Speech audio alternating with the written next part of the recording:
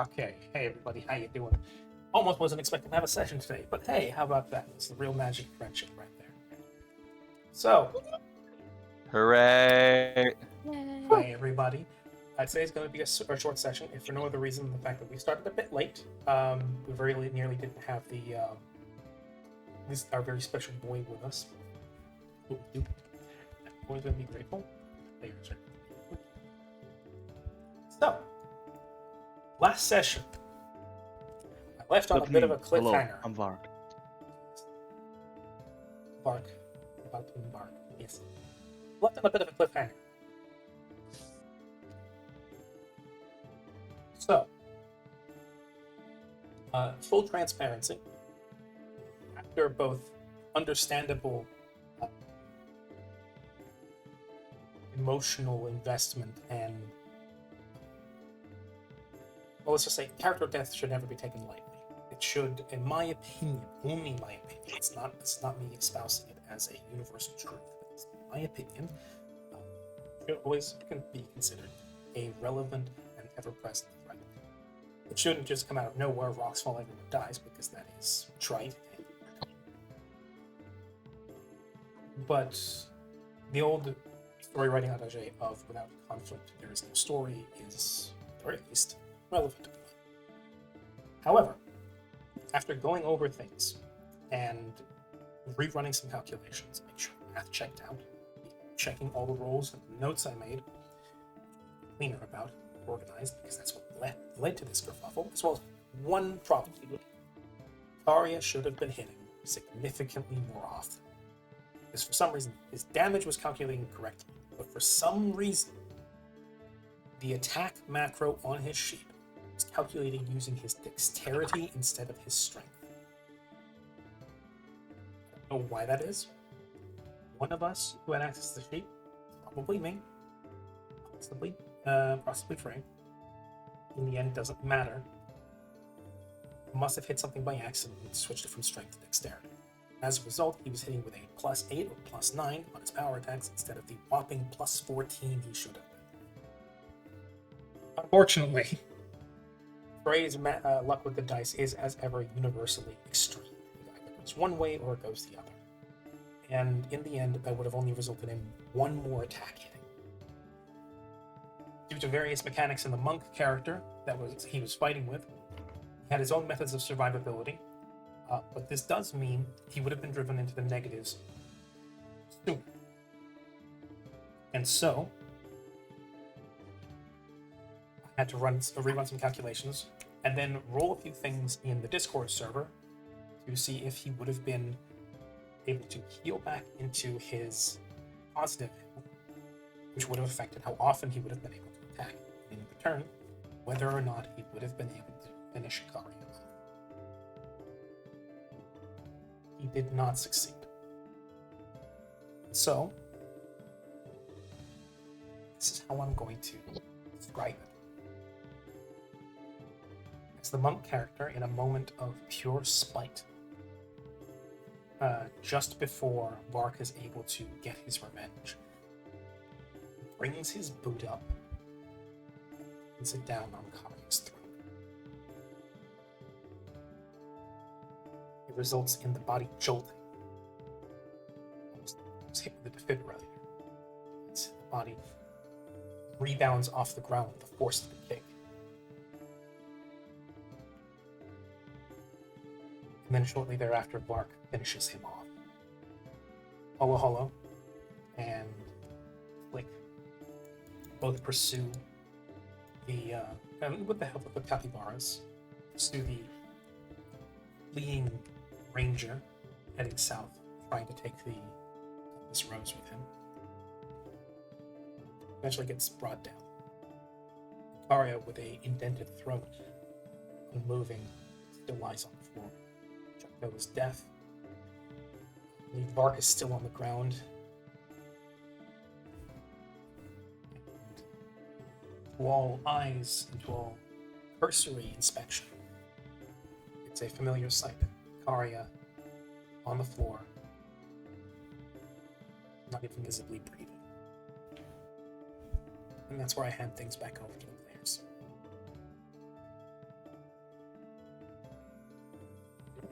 God.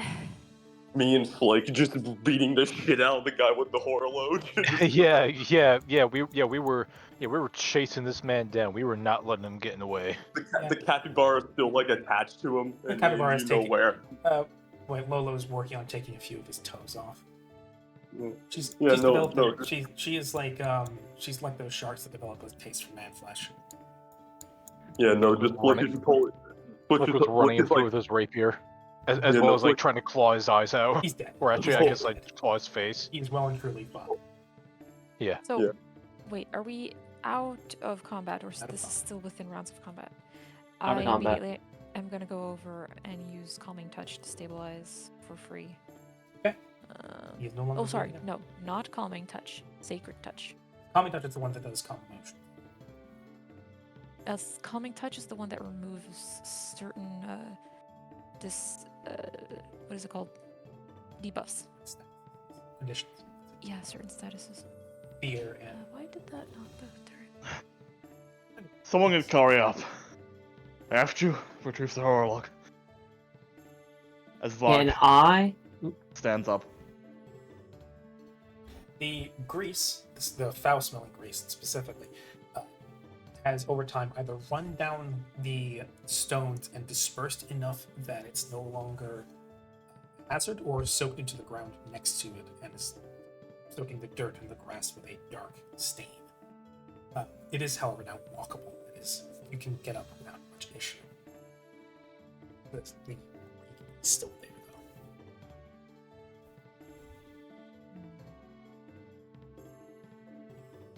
I'm going to. And am I muted? Can I reach over? I like to crouch next to Karia.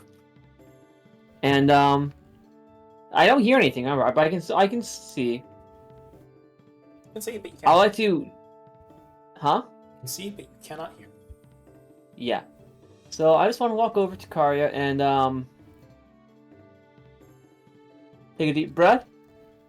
Give him a gentle slap. He doesn't wait. Siren is going to use Cure Serious Wounds for. I believe it rolled it automatically. Yes. Or no? it did, 14. Okay. For 14 hit Uh, points.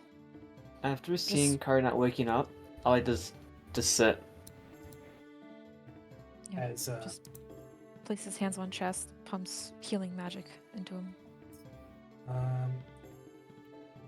Actually, you would.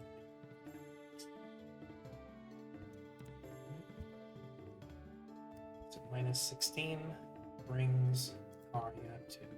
Sorry, minus 14.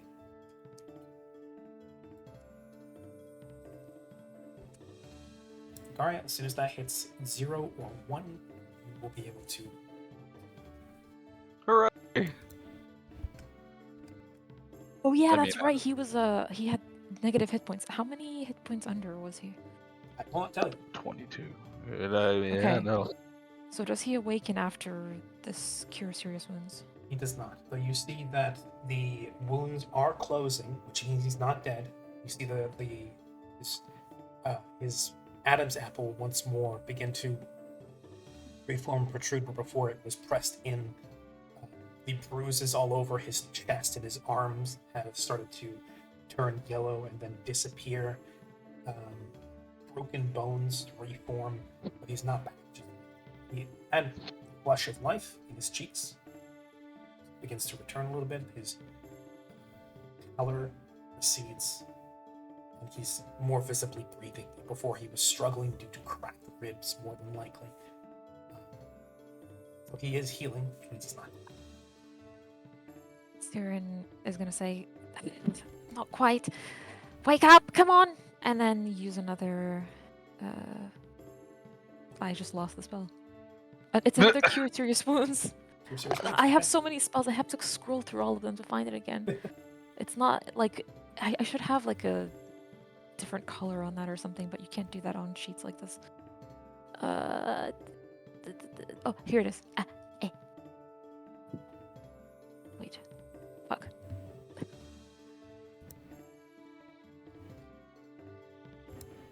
for another 18.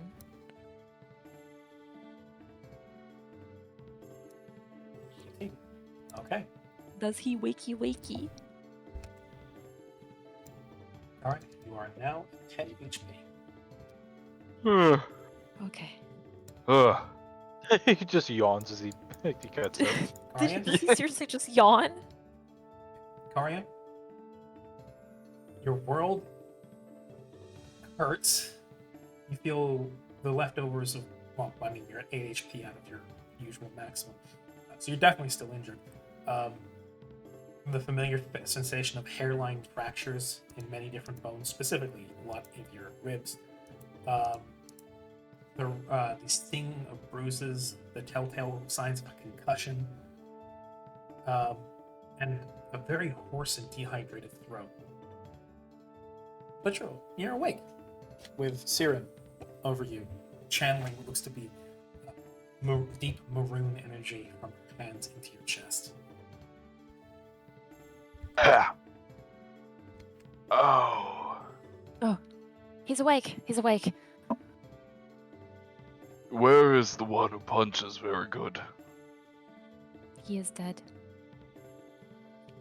That is a shame.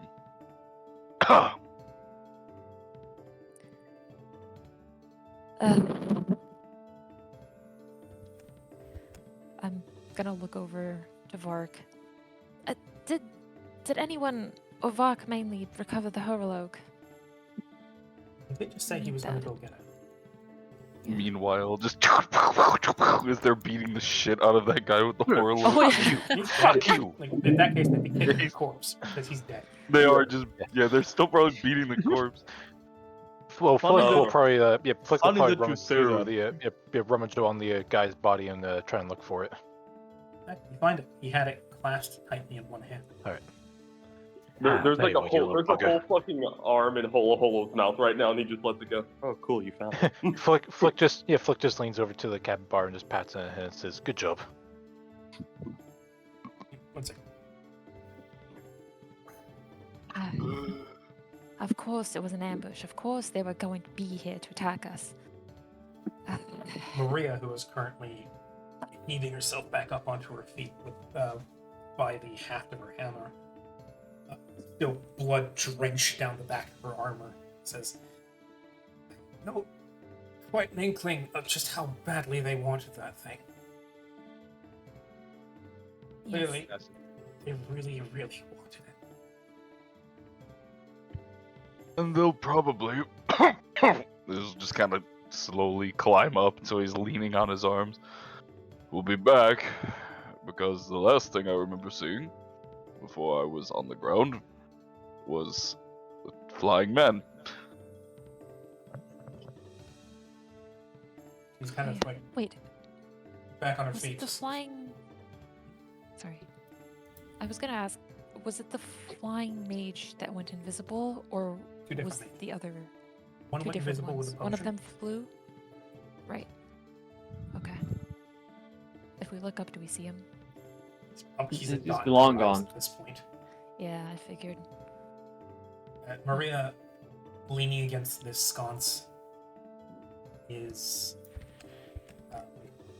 just,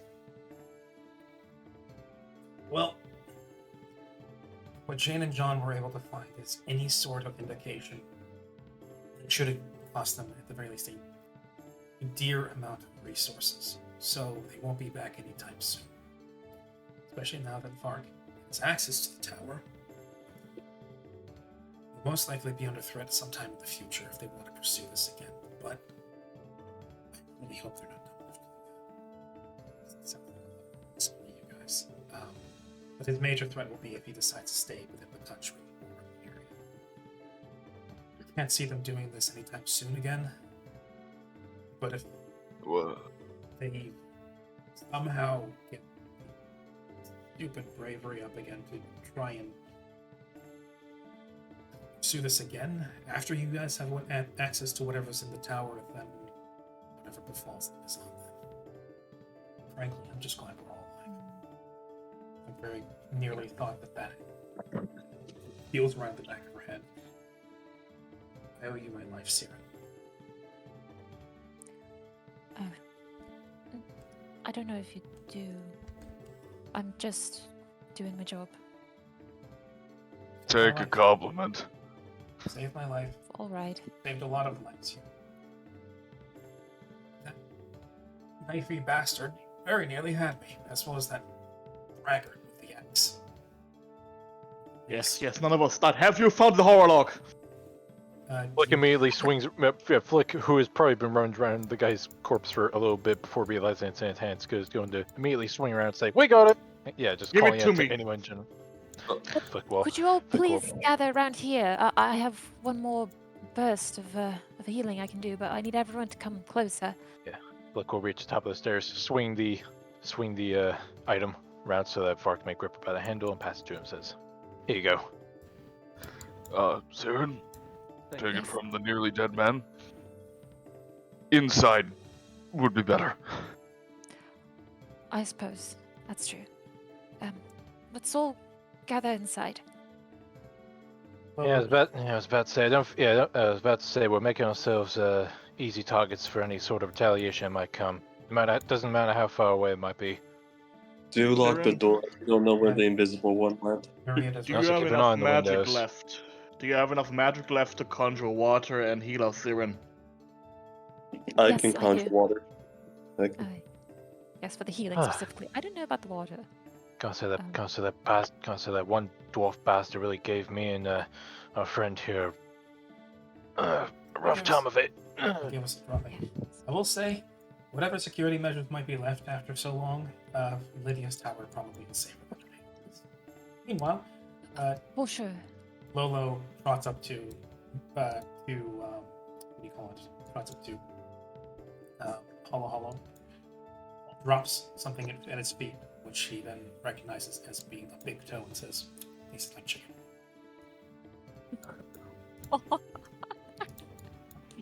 Hold. Lucky Gonna- big toe. We're just gonna look down, look back at Lolo. I'm not picking that up. Never wanted you to. It's a trophy. It's mine. She picks it back up under her teeth and then trots off back towards the tower doors. Be careful. Hoopa might try to eat it. Ho would eat a rock. Hello. Oh. So yeah. Siren is gonna try to help Karya to his feet. What's And he will accept. what's Mallory? This is a tree, right? It's a tree. He's peeing. Yeah, no, you just hear water splashing, some slight foam bubbles, and then you would probably like see the slight glint of a reflective object as you might hear the slight whisper of saying like you're a disappointment, and then the sizzle, and then he comes out completely clean. Did you use blistering invective on yourself? Yes. You do know that if you fail the save, that sets you on fire. Hey, I know my own saves. Well, regardless, you gave yourself what I assume was a douse and then a singeing to clean yourself. Yeah, and let's not forget, I have soap, unlike you barbarians. You also have perfume. Yeah, and cologne. Yes, I am completely fresh, steam dried, press rolled, dry cleaned. I am ready. Okay. Siren, I assume you're gonna throw out that burst of healing now that everybody's nearby. Yeah, I'm gonna wait until we're inside. Maybe I think that's safer. Hey, Vark, considering this is yours, would you like to give me a perception? Yes.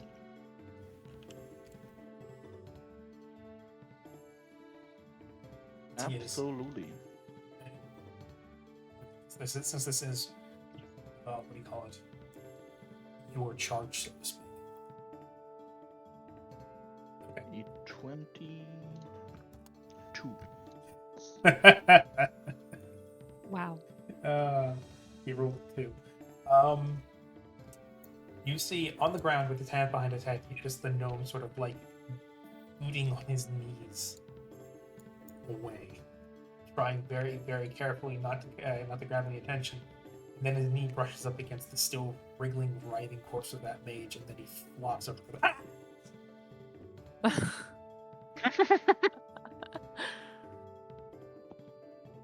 I have killed 3 people in front of you!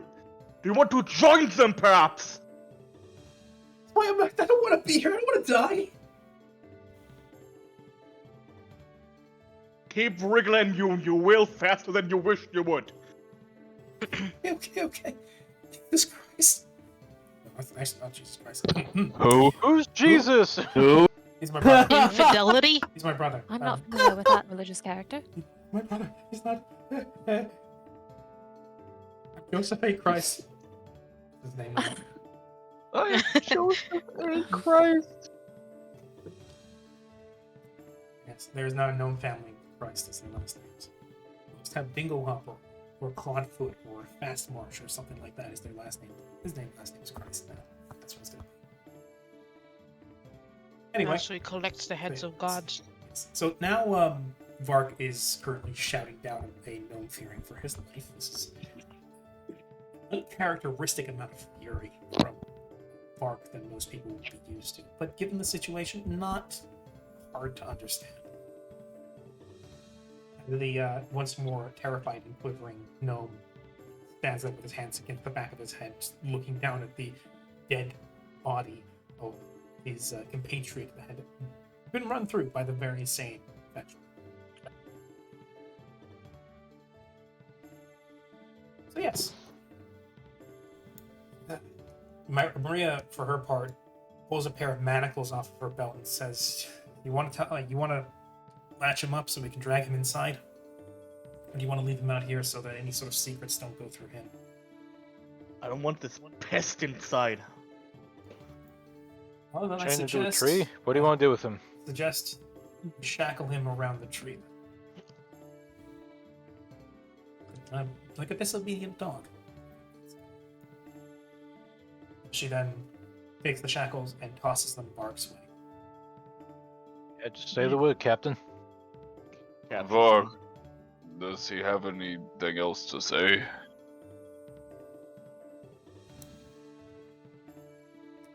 Kind of shake the shackles, turning towards the gnome again.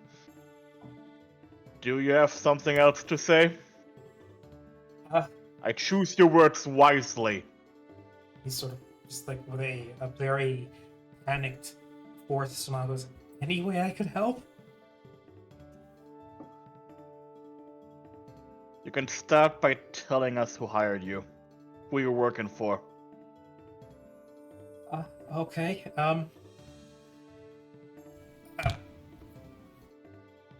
We work for the Vistrani family.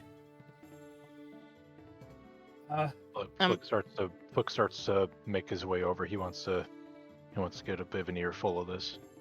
How do we spell that? Vistrani. V-I-S-T-R. Okay, I almost wrote pastrami. Okay. Yes, I know. Pastrami. Google and all that.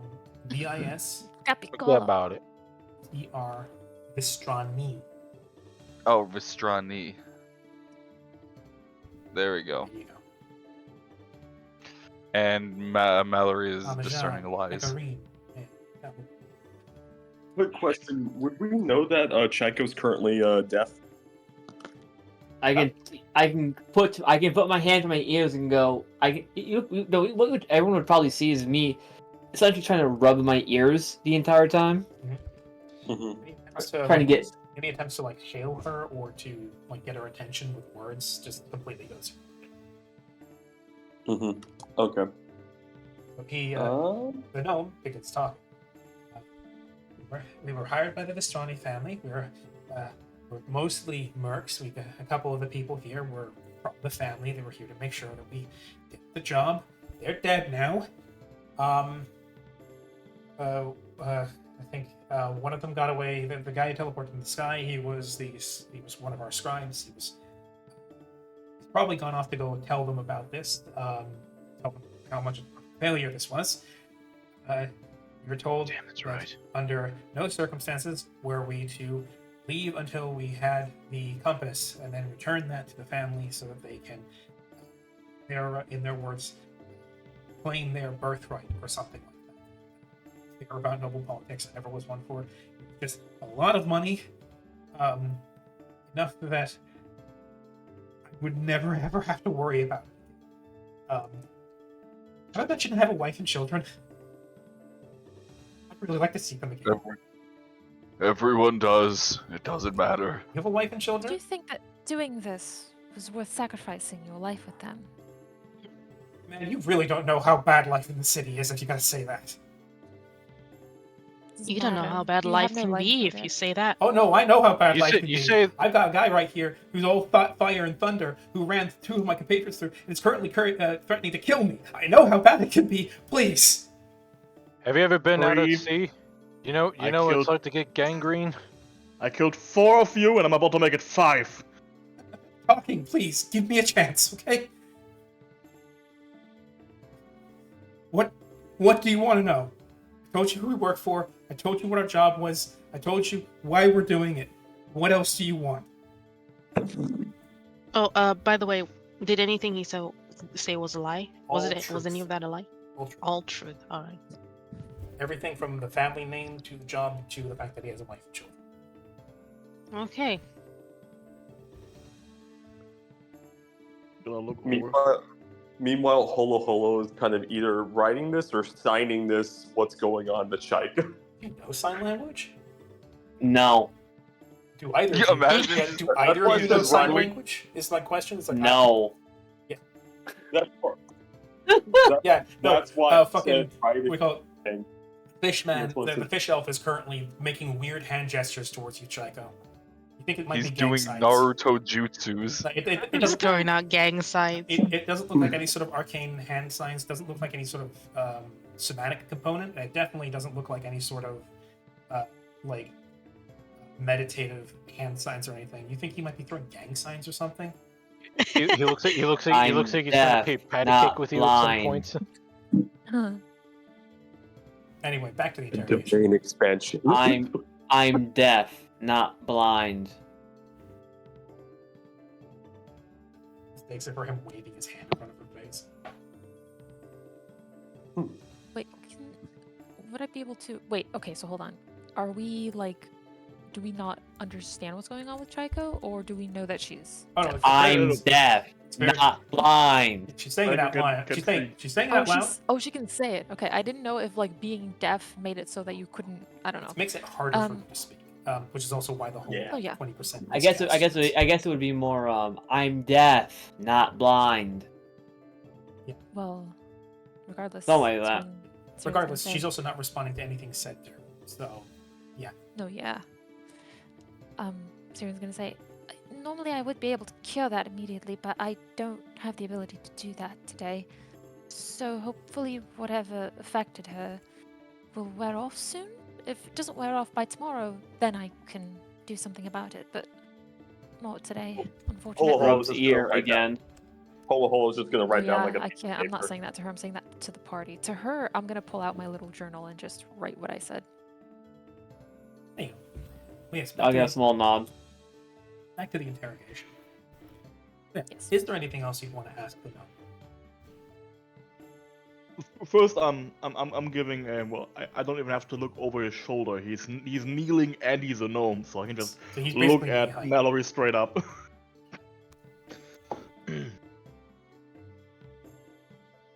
Is he speaking the truth?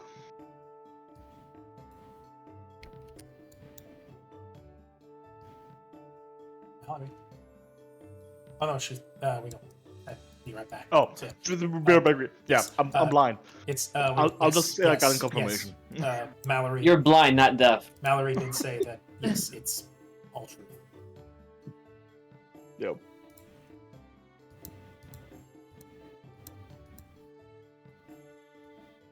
Give me a name. I mean, Did we get Or any critical more- info? more than just the family name because we're just mercs. We didn't.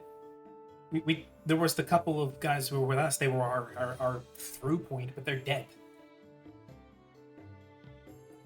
like if you want like the head of the family, there's Nostromo. He's the patriarch.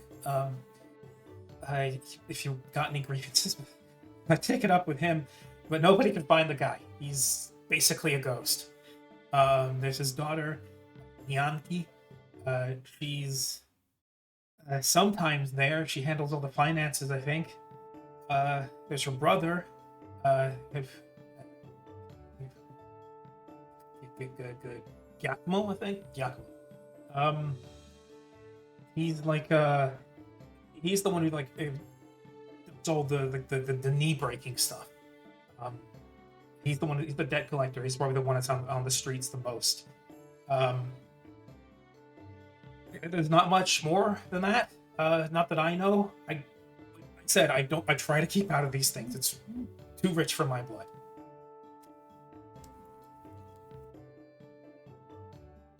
But it's not. You took the job.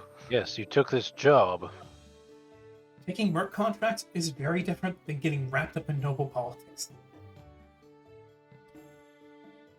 We were told we were knocking over some snob kid of a wizard who was coming back to get all of her scrolls or something, and that we were supposed to get the key to the tower. That's all we knew.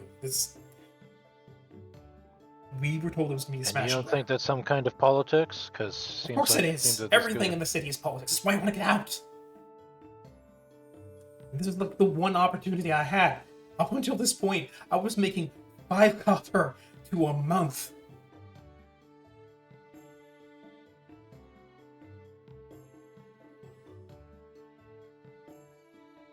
Have you been paid already? No, we got paid up front, advance, a quarter of the sum. Most of that went to my wife to handle, in case things went wrong. The rest went into equipment that you see scattered around, either used or, well, he points to like the Tanglefoot bags lying on the ground, or is over there, or is on us. That was divvied up for use to equip the group. Some of it was used as insurance money in case things went wrong, which they did. Most of it is being held until we deliver the item.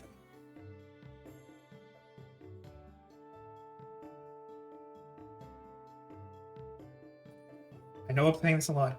My family lives in a ghetto right now. That money means we could leave. How much was to be your cut? My cut was going to be 2,500. Gold, copper, silver.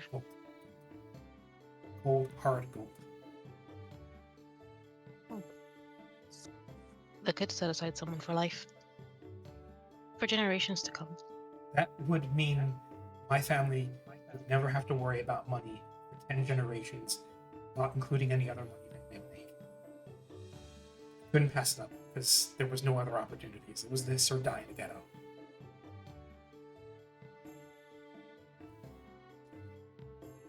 People tell you.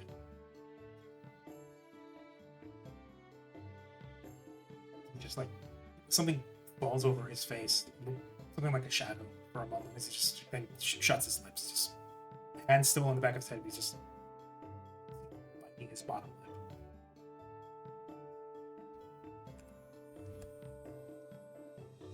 Can we tell if he's being genuine about these? Oh, about this? Mallory's got just her lines going. Oh, Huh.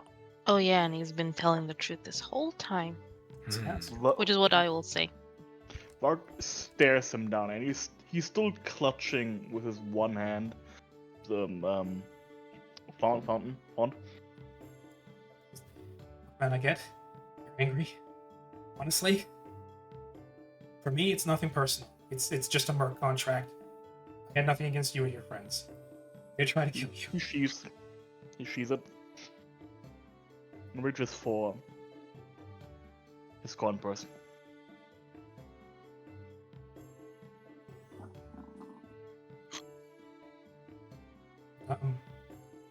I don't want anything. I'm willing. I'll drop everything I have right now if you want. I'm willing to just walk away at this point. Living's better than this. Shut up. It's over to the store. Wait, over to Karia. Don't take a gift when you can get it. What? He's just like, what gift? What? I'm going to divvy out 100 platin. That's 1,000 gold. And I'm going to place it in a neat pile in front of him. No back. I'm sure he has his own purse. He eyes it with barely contained suspicion, as well as surprise. More than likely, this is more gold than this is more money. This man's probably never seen a platinum coin in his life. By all rights, I should kill you. Wouldn't hold it against you, man. I would let your family to rot, and I wouldn't feel bad about it in the slightest. I'm trying to turn a new leaf. So take this gold.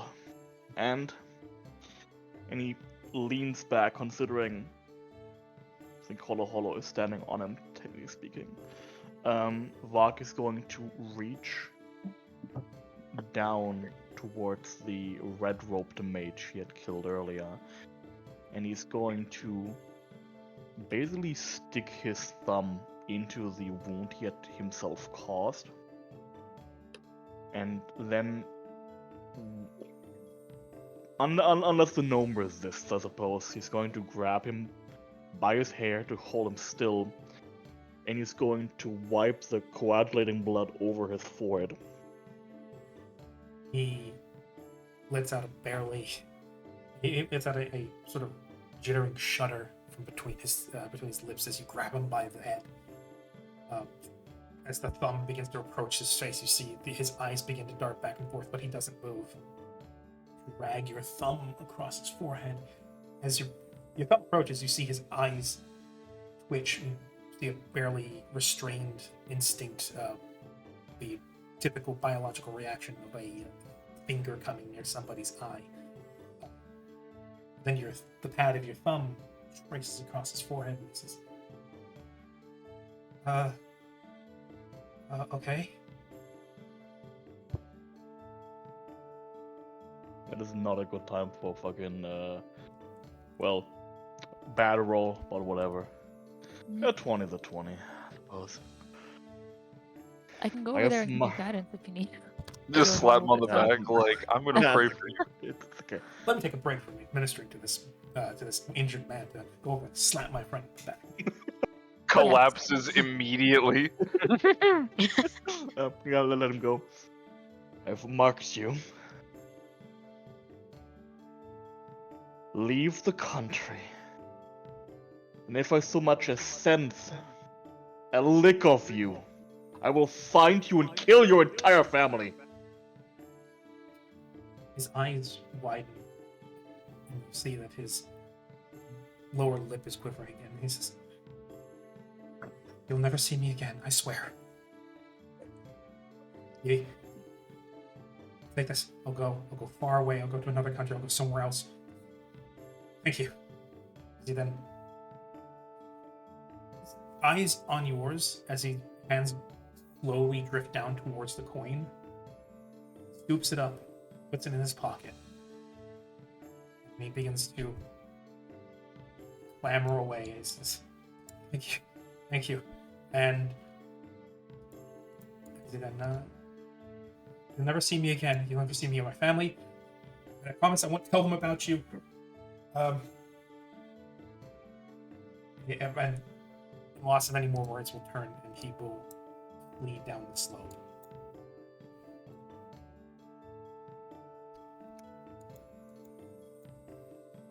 A bit much to bring his family into that, don't you think, Vark? No. Was bluffing was- anyway.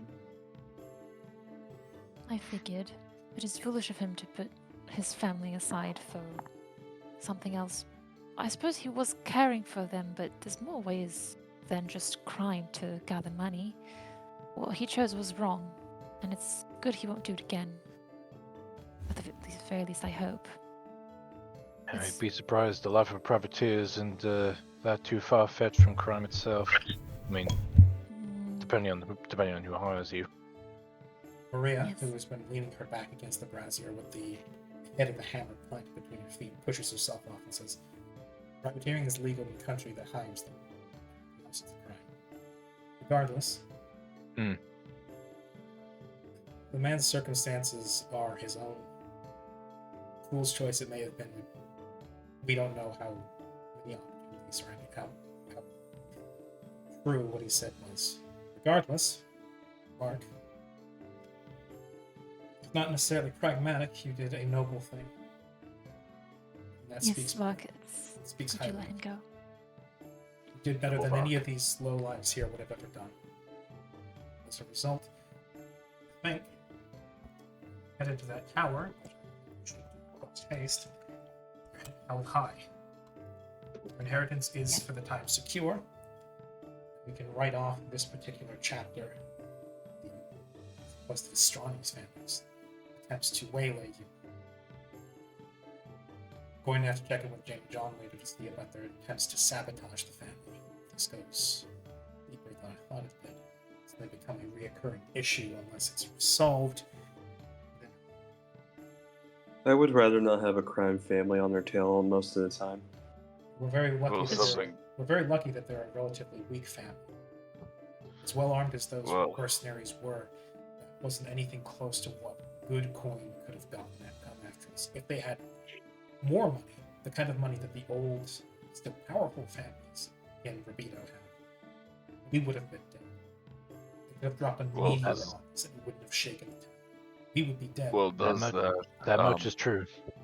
Well, that leads into another concern. If they were the only family that were vying for the tower in the first place, That they weren't, because the other people were the Dula Glaive family. I suggest we get inside faster. I would say it's a good idea. As it is right now, whatever family has access to the information about Mark's tower, keeping it close to their chest because they don't have to fight amongst other nobles to. However,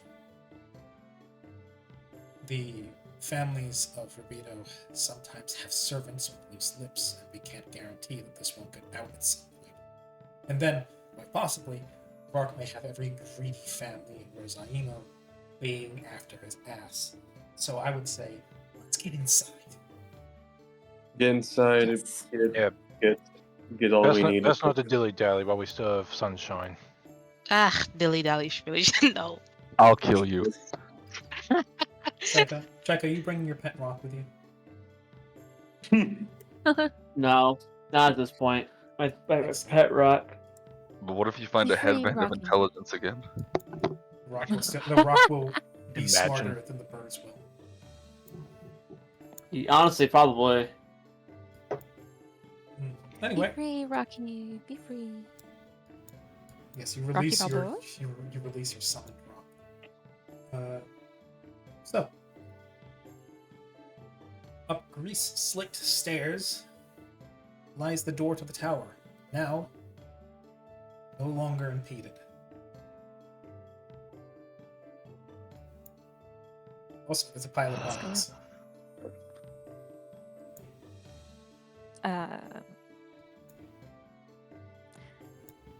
I guess they're food for the birds. I was actually going to say we probably want to take care of those at some point before I start I have to collecting clean animals. this. I Actually, have to clean yeah. this before we leave. I have to get the. Well, I don't want to speculate, but Lydia was a wizard.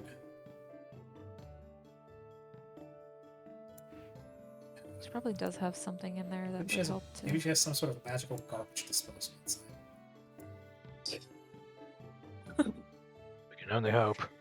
She has a. I know Also some just wizards like to random. keep what they call it, gelatinous cubes as a way of getting rid of organic matter.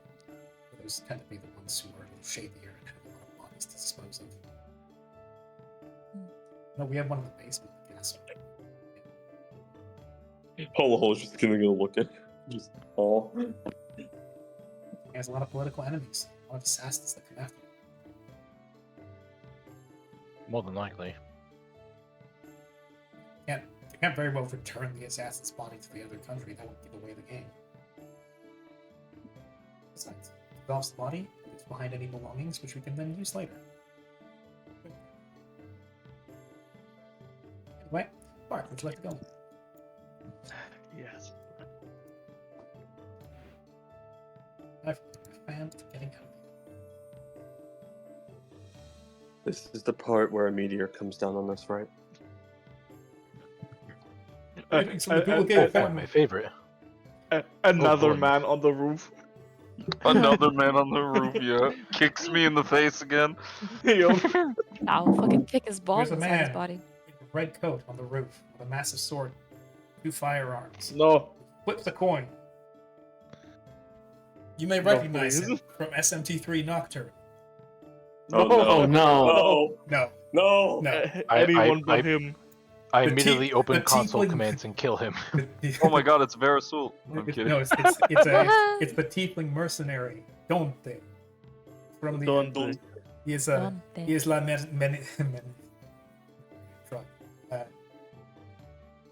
he's la mercenary from what do you call it? From no, okay, I'm not gonna try that either. I suck at Spanish. This bit is stupid. Let's continue. I was gonna do a whole thing about Goodbye. the Spanish tiefling mercenary from totally not Spain, who is going to stake your lives on a coin flip. But honestly, it's funny for exactly 2.5 seconds. Let's continue. Again, I Oh, open no. console commands and kill him immediately. This is Skyrim. Damn it. There is no QA smoke. For a second time, Lark has been standing in front of the door, and as the runes begin to form, and the crevice for the receptacle, to be fancy about it, for the horologe forms, Portals open. takes a deep breath. In preparation for if anyone tries to attack him again, I pull out my sickle and I give just my mean face. Which is Which just is- Siren, but with cartoonishly drawn on angry With eyebrows. Angry eyebrows and a very cute pout. She pulls out like a little marker and just draws them on. Holo Mr. pulls out a Angry watch. Eyes. Anyway. Holo Thank you for the support, Siren. And he places the horologe inside. As the octagonal horologe slides into the crevice, flower petals make up the compass rose, light up with a pink outline, but then begins to shine just a bit brighter, and then goes dim. Hear a clink, and then a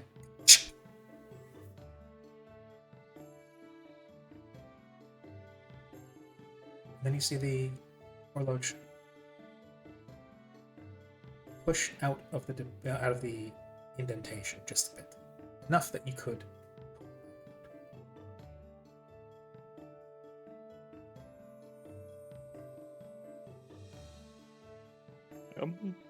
I waited a little bit longer to see if anything else happens. It doesn't, so Varg Please remove retrieves your it con. once again. Retrieves it and then puts it back into its case.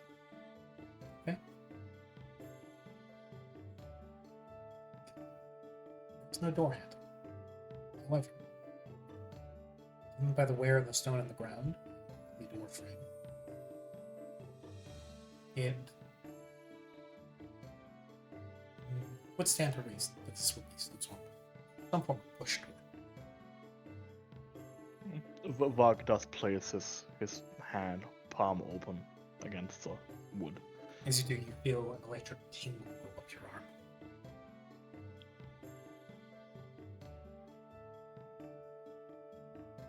Nothing aside, but you feel a distinct connection with the stone. And then it pushes inwards just a bit.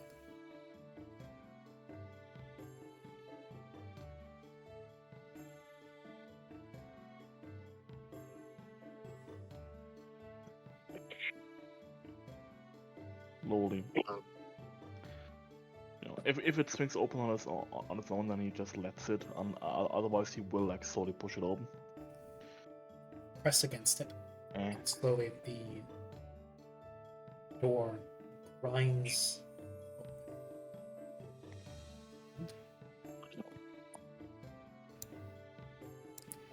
Fine.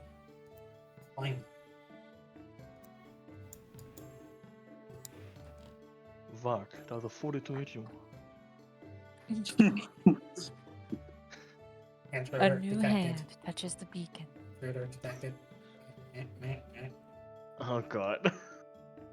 You hear a disembodied voice just say, "Fall," Oh my god, fucking the lich. and you fall down the stairs. It's more or less Not what the other guy fall, did, I guess. Nice. Oh, Hey, what is she doing? Why is she here? yeah. Doesn't have a token attached.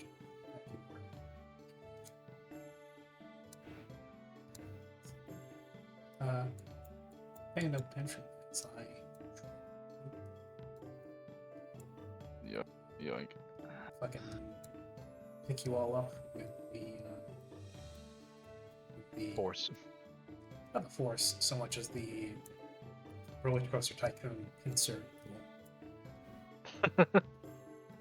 Pilot back to shirts, Yeah. or in Bark's case, non-existent shirt.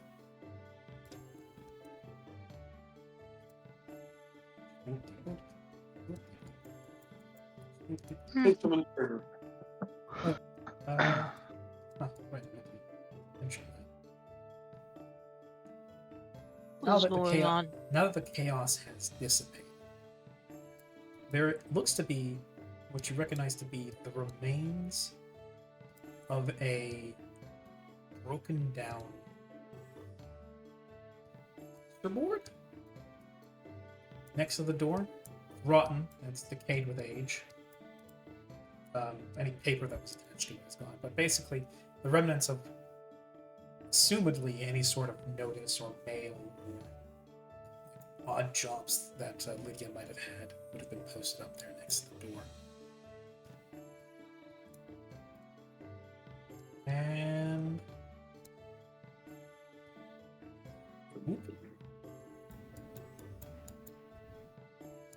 oh my. Is that a spell circle that I can jump into the middle of? Whoa.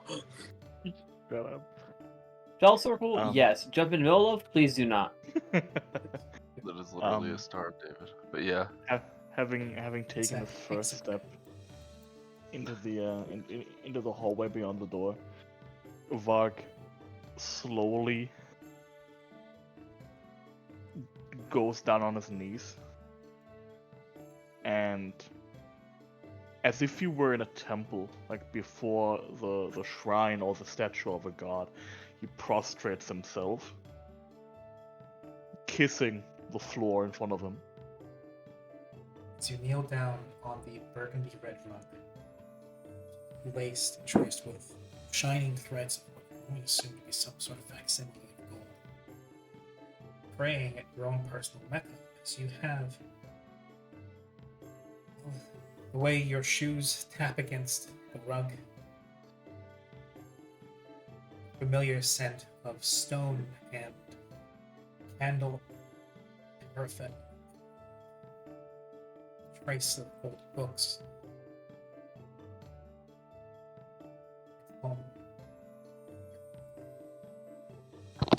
Recognize this hallway. You recognize those steps. You recognize its entry foyer.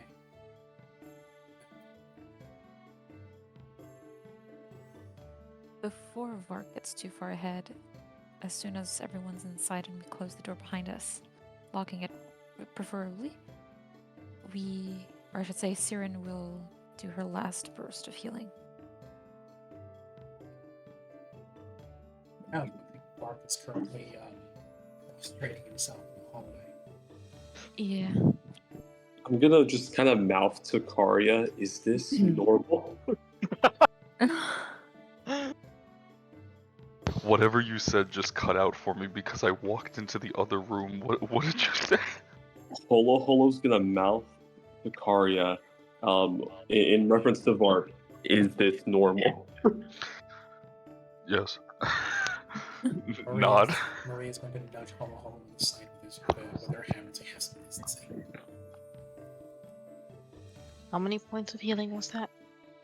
It was 10. Oh,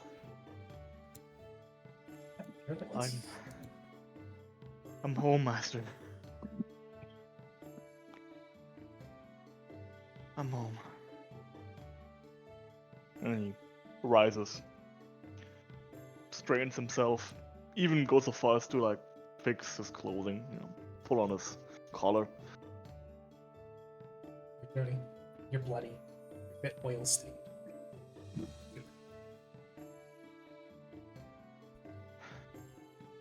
And he looks over his Oh, shoulder. Mr. Vark.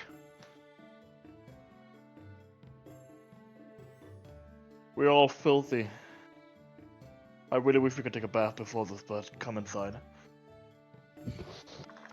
Oh, I'm sure there's a bath here. There is. Mark, as you say, come inside. There's a trace of something nobody else does that reverberates through the stone of the hallway.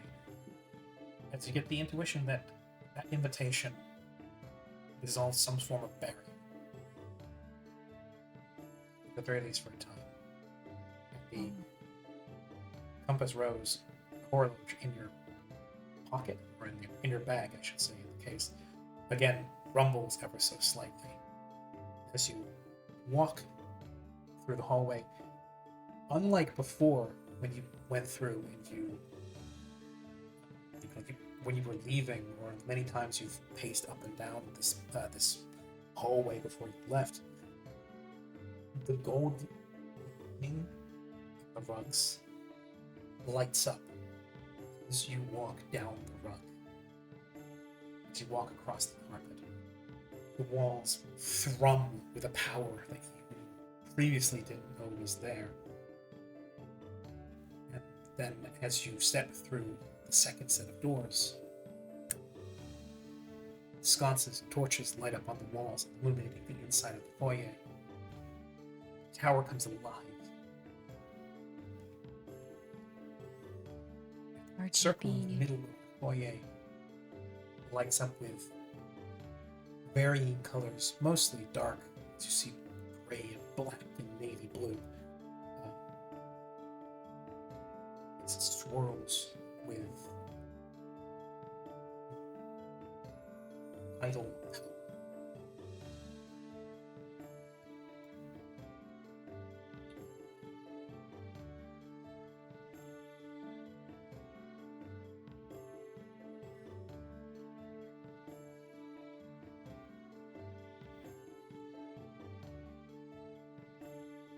People may begin.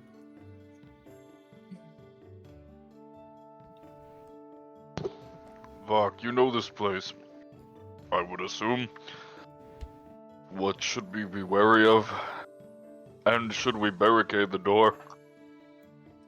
As all of you step inside, the doors close behind you and latch closed with a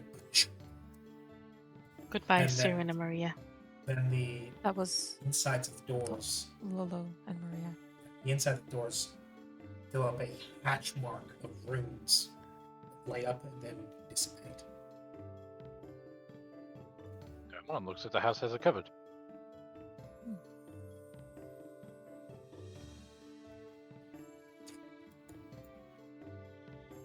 Maria, for her part, makes sure to give the doors a good jostle and says, "Firm as anything I've seen." He's just gonna give Karya a look. No words. As for what to look out for, To describe the foyer, in the center stands what people first notice is a large, looks to be some form of magical circle or magical signage, which is highlighted by four large pillars stretching up to the roof of this room. Along the right wall, You see flower pots and statues, as well as what looks to be a series of boots. Vark's master's old shoes. Some mud streaked. Some a little bit possibly water damage. And running up the right wall is a large staircase, which is decorated with blue and red banners that drape down close to the floor, obscuring the underside of the staircase. To the left is what looks to be a plush purple and gold couch, a coffee table with a cup of tea, empty, sitting, as well as a flower pot of, again, purple flowers, purple rug underneath it. A series of statues, as well as one on a large plinth, significantly larger than the rest. And then what looks to be some sort of reception desk. Stationery and pens and other things discarded across it. And one large plush seat, which Vark would know is where Lydia and Ashley would sit, take orders from prospective clients while they would sit in the gray chair. She would take details for commissions, discuss payment. Generally, most business focused around appointments or commissions was handled here at the front desk, so to speak.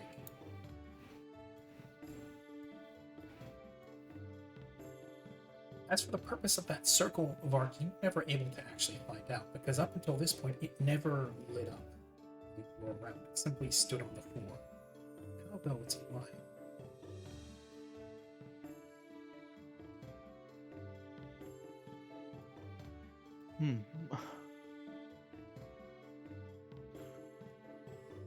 Just gonna approach it slowly. As for what to look out for, he points towards the shining globe. Don't touch that. I desperately want to touch it, While but I you won't. while you were living in the tower, compared to how it feels now, it felt almost asleep. Now that you've entered, presumably with the compass rose in tow, it's woken up once more as it feels its master once more home.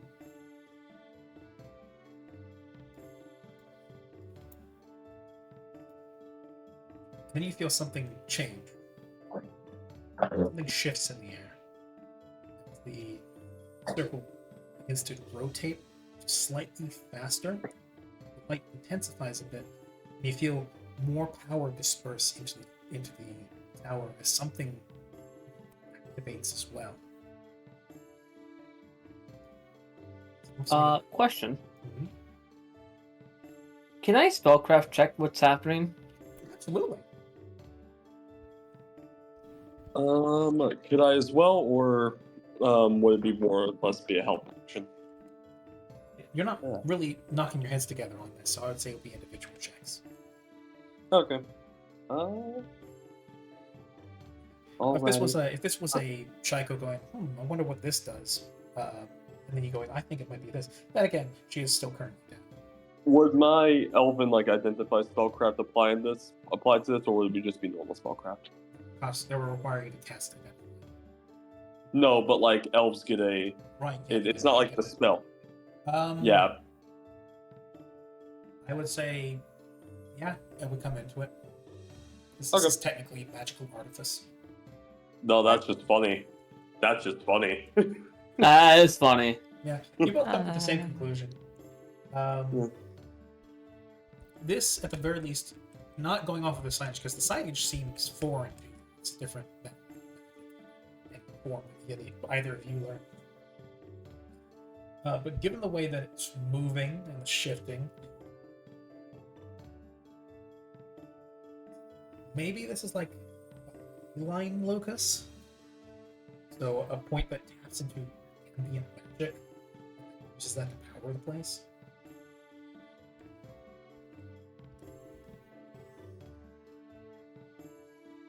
Yes. Interesting. I'm keeping that. I'm keeping that in mind for later.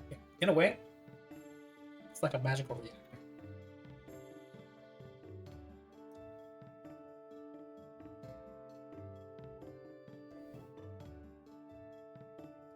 This is good to know. So, This is very good to know.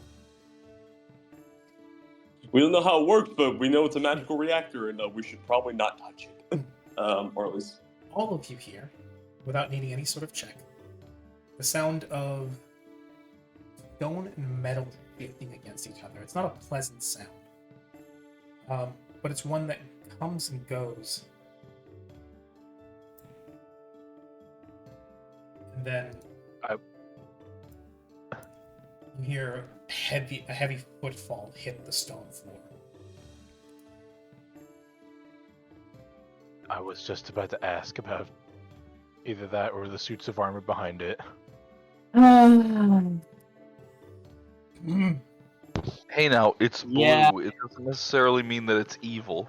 Yeah, blue is good. Welcome home, What is mistress. It's a wonder. It's a pleasure to see you once more. Welcome. it's a distinction.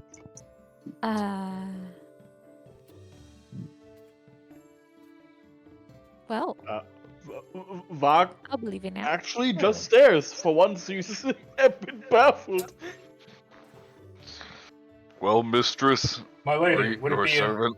would it be within my right to take your coat for you? He holds one massive metal hand out for you, Mr. Shirtless.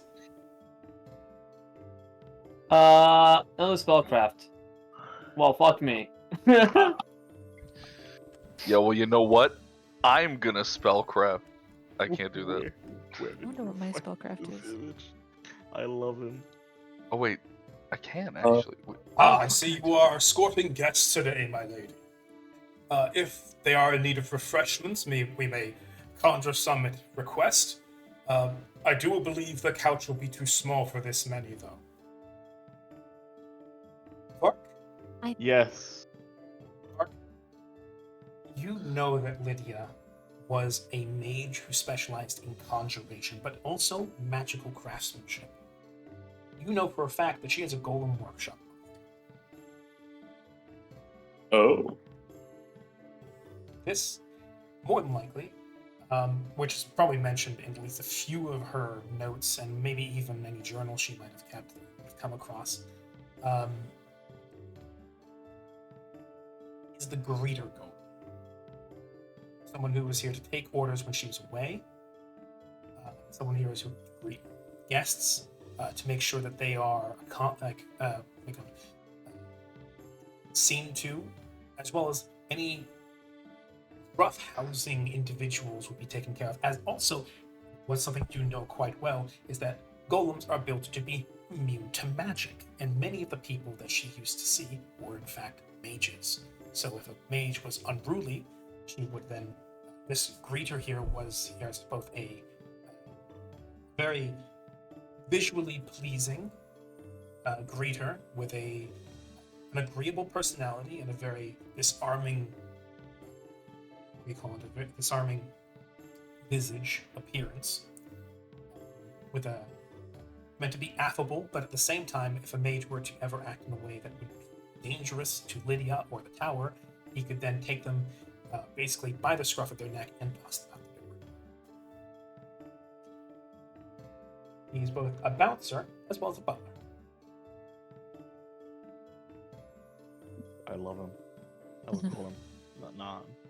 Bob was on the nose. Okay. No. Varg, again, just kind of takes it all in for a moment. He realizes what's going on, obviously.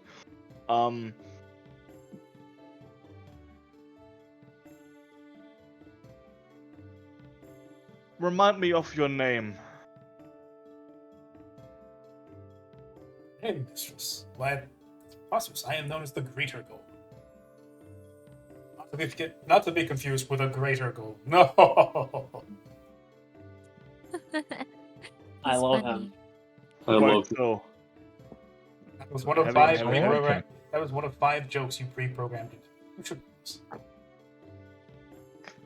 Okay, having thusly tested that he doesn't have to fake a female voice for it to work, he goes, I can handle my coat myself, thank you. My Welcome. guests are weary from travel and positively filthy. Can you prepare a bath?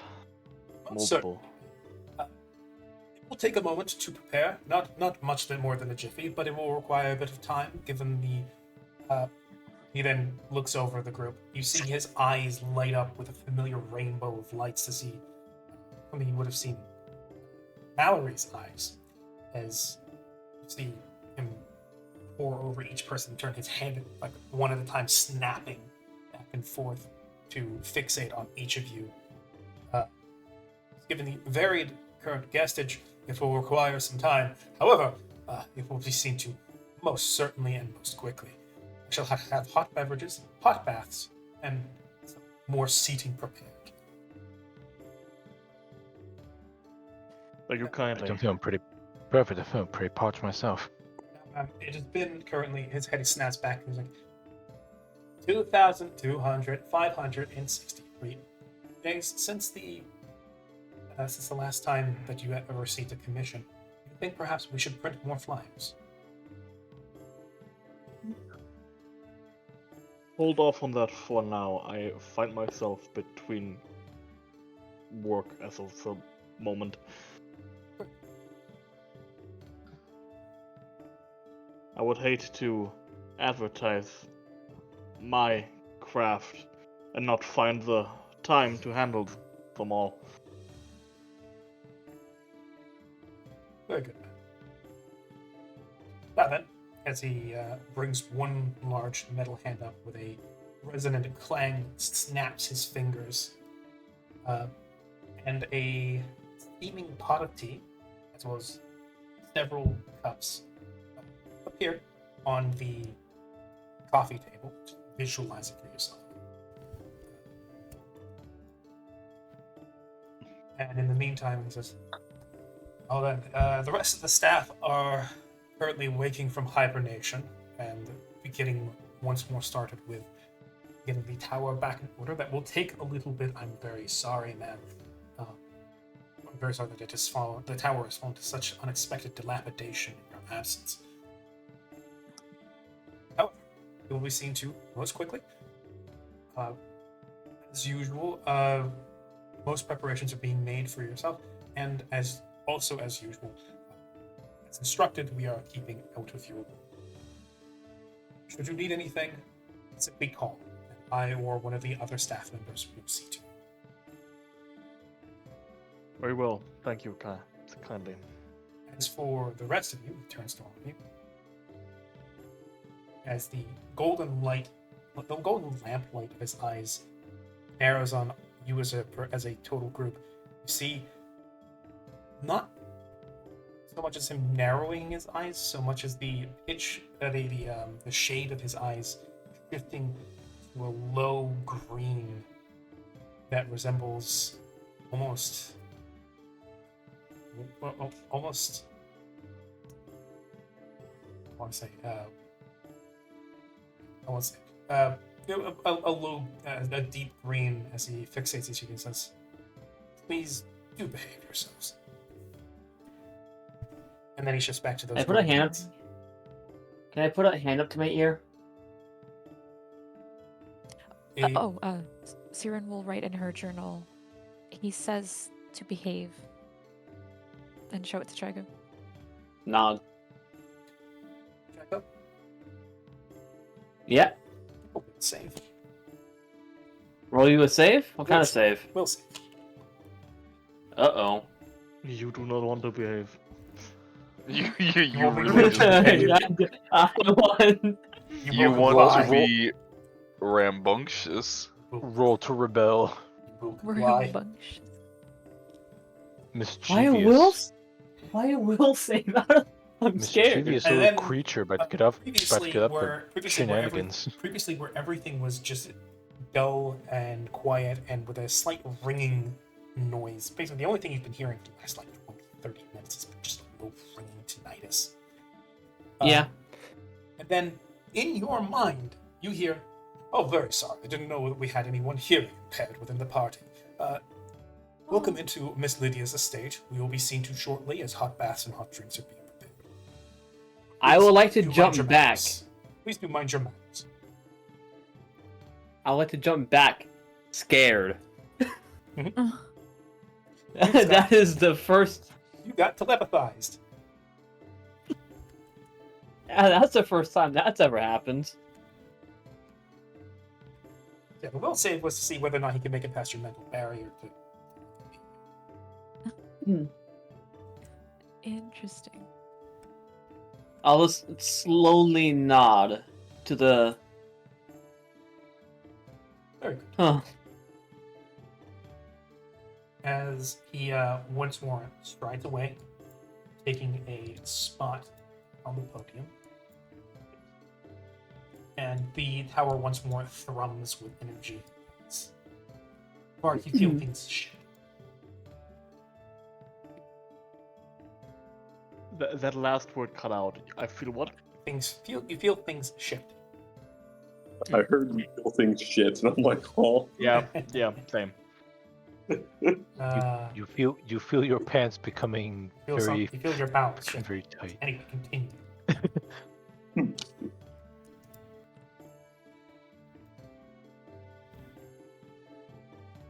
Well, The golem's voice once more comes out. This time through the walls. As you hear the voice say, "Where would you like the baths to be placed?"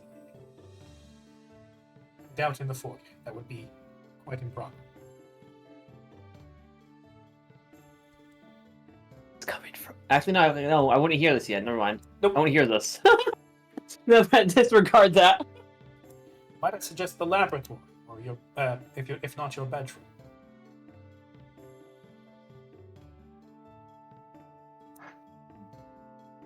draw me a bath in my private chambers, if you will. Separate the male and female guests across the floors of the tower. That may be difficult given space, but I shall see what I can do.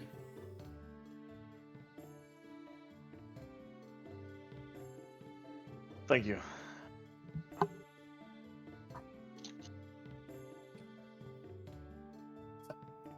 Vark, you know that Lydia's tower has 5 floors. The first floor is the ground floor, where you currently are. Second floor is her library.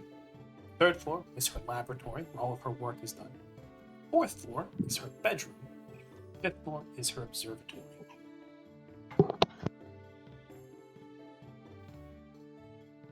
You know that probably the reason he suggested the laboratory is because the floor is built with waterproofing and mess management. The bedroom has hardwood flooring.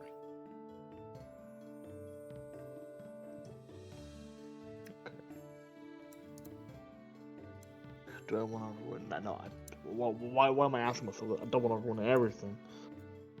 On second thought, the laboratory should prove sufficient. Is there enough space for all the tubs, assuming? I am regretful to say that we simply do not have enough tubs in the extra dimensional space in stock. Instead, we are repurposing one of the fixtures in the laboratory to make shift as a large tub. If ladies and gentlemen would like to take it turns, that would most likely be most manageable. Otherwise, if the guestage is not averse to co-ed bathing, then that is. I will let them decide that amongst themselves. Absolutely not. Okay, Siren, get it done. What? I was gonna say maybe Karya and Vair. Yeah. No. Personally, I'll take hot water and soap in any variation. I don't care the size of the tub. I don't care who I have to bathe with. I just want to get clean. And I agree 100% with you, Maria. Please, I will collapse, and I'm immediately going to start stripping as I make my way up the stair. Wait, What? wait, wait No, until you is, get there. shirt just falls Flick is down on immediately his going to face. Flick is immediately going to avert his attention away from Kari and just focus on the row of knights on the side wall here. I cast fog cloud on Karya. What? Maria, Pick up. Maria just puts her head in her avert- hands and just says, "Are you an infant?" I will avert Lolo's eyes. To be honest, I kind of prefer I take a bath by myself just because the fur gets everywhere. Ye- Yes. Yeah, his bathing ritual is like an actual cat. Yeah. Look, Licks sir- himself. turns to Flick, not hearing him. The furries, Maria take does. a bath. Maria does lift her head out of her hands for a moment to call after Karya and say, "Are you gonna wait for the man of the house to escort you upstairs?" He told me where to go. Right. No, I didn't. No, Vark didn't, but the golem did, and Kar is assuming that the golem is currently the man of the house because he is referring to Vark as she. You know what? Fair. You know what? Fair. Maria He's shot not, across and he's goes, not "Mistress, wrong at all. the mistress shall be the most displeased." The mistress shall be most displeased. The mistress is displeased. Ugh. Okay, Question real quick. go ahead. While this all happens, what do I have to roll to essentially study the golem as much as I can without, touching it? Either spellcraft or a relevant craft skill. Oh, it has to be a spell check. Spellcraft. Yoink. Damn it. This, I mean, besides like the clothing and the padding that's getting in the way of inspecting him, it's most mages leave their golems basically naked, because they're not built with anything besides vaguely humanoid characteristics, and any clothing they have are probably going to get wrecked on the way. But this golem was made with service in mind. He's meant to be a greeter, meant to be visibly pleasing, and also the cartoonishly big mustache and the big padded jacket are meant to draw away from the uncanny valley and instead distract and entertain guests. But from what you Okay. can tell about him, the quality of the craftsmanship is like nothing you've ever seen.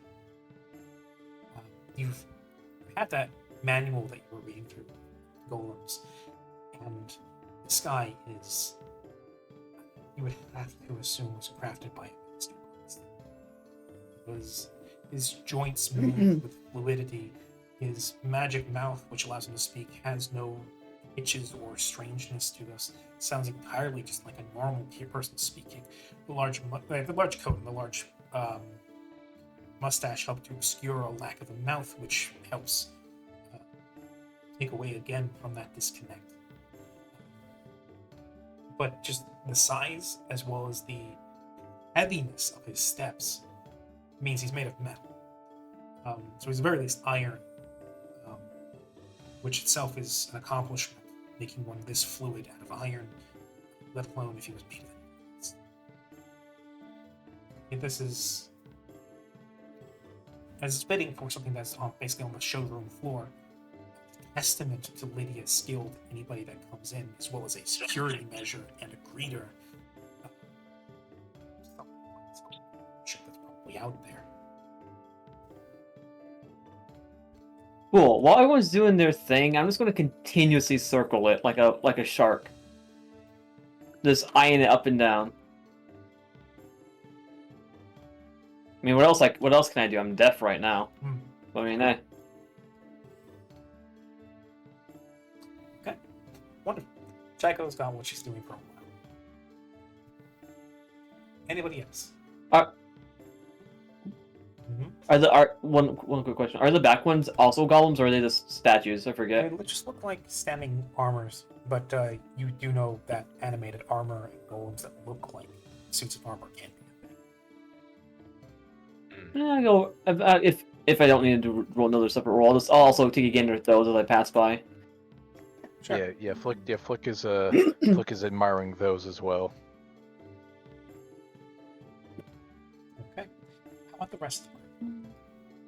I wanted to ask if there was a separate storage room or like an office or empty, not empty room, but like unoccupied room or a bathroom, some like alone place that Siren could go to for a bit.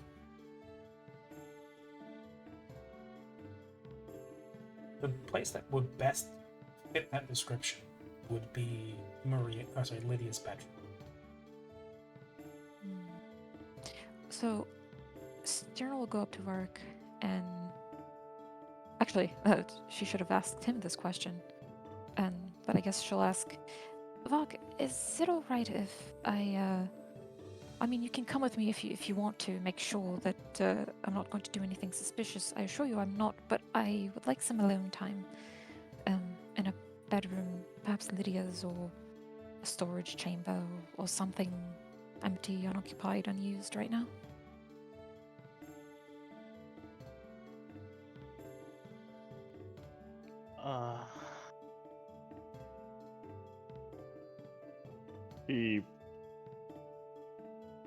He's thinking about it. I assure you I mean no malintent, but you can come with if you want to verify that for yourself. I would prefer that, yes. All right. Well, I suppose you can lead the way when you want to. Whenever. Doesn't All right. matter.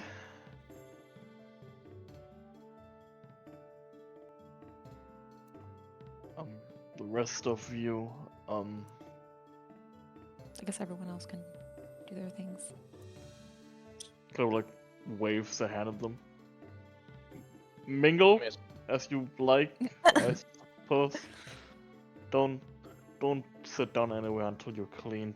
However, And not to worry. I was going to do some strolling around and having a look at things. Holo Holo's gonna pick up Lol from the floor. Right. Currently deaf. Bleh. You see Maria eyeing the couch, but nodding and saying, "Understood." She's gonna park herself next to this pillow. Reader Golem, once the bath has been drawn, please inform my guests about such. I will be in my private chambers with. He gestures to Scissorin, her. Don't make it sound weird. Understood, ma'am. I will let you know as soon as the bath is ready. Very well. So you notice there was a shift in the way he said it, where it basically he cut himself off mid-sentence, where he's like, "I'll let you know what." He was going to say, "I'll let you know when the bath is ready," and then he immediately shifted and went, "The bath is ready, ma'am."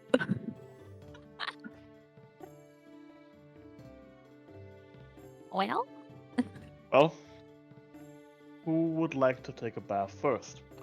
Sorry, I already went up. That is true. I mean, I Suppose he can did. wait. I mean, I can wait quite a He- bit. I'm not too worried.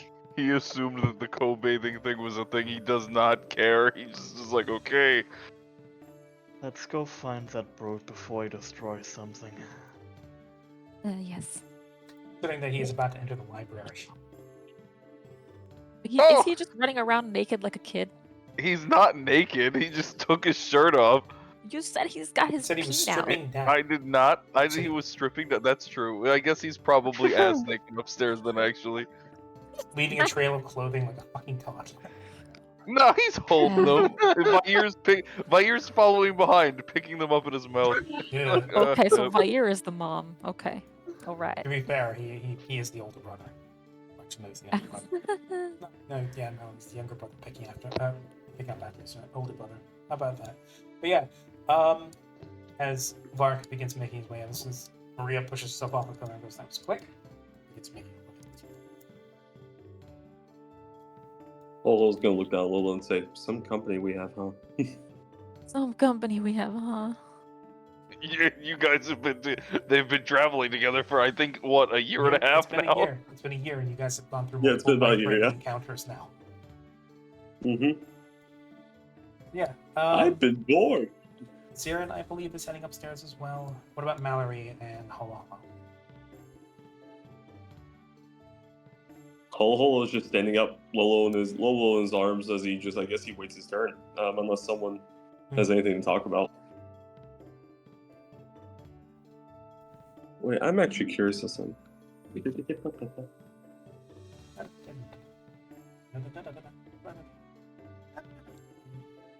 Oh, well, that's how big would you say Lolo is, capybara wise? He's a small sized creature, which means he's probably about. Because I'm going by the actual weight of a capybara, and they weigh between 60 to 174 pounds. So Holo is either. Get pretty chunky. I'm saying it like Lolo is probably somewhere in the line of probably like 80-ish. Holo's not strong, but he's just kind of You have to keeping struggle it to as. hold her. Yeah. Eating too many people. Anyway, they've been chomping on too many grundles. Okay. Back to my question. Siren, Mallory? Oh, for the bath? Yes, the bath is ready. Mallory can go ahead. You can go ahead, Mallory. Boys first, then? Alright, then. Yes. Well, Karia did go up already. I suppose Mallory and Kari are together. Truly. Likes attract. At first, he had this kind of like he pretty much as soon as he was given the go ahead to go, he didn't really seem guilty or did not want to follow the etiquette of ladies first. It's almost as if it was natural that he was gonna go first. But then he remembered, Karia's in there, and he's frowning as he's going up. Okay, so it's going to be. Why is the water so brown? Oh It's God! turning purple, and there's things wriggling in Karia. There's things wriggling in them. Oh yes, I found this. I found the starfish. Oh, that's what It was attached to his butt cheek. It's latched on. As I'm I will okay with going shift last. I will shift the perspective to the library.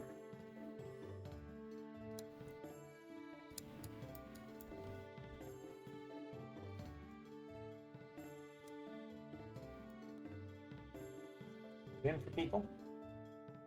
Very interesting table on the right. Looks like lion's feet. Yes. Might have been a polymorph lion. Who knows? But yes, you stride up the stair of the large stone steps until eventually you come up into Clark, what you recognize to be the library, circular library where you have two sets of shelves that wrap around the walls, and then there's another circular one that stands in the middle with gaps to walk through. Tables all throughout it. As far as you can remember, and from the notes that you found previously,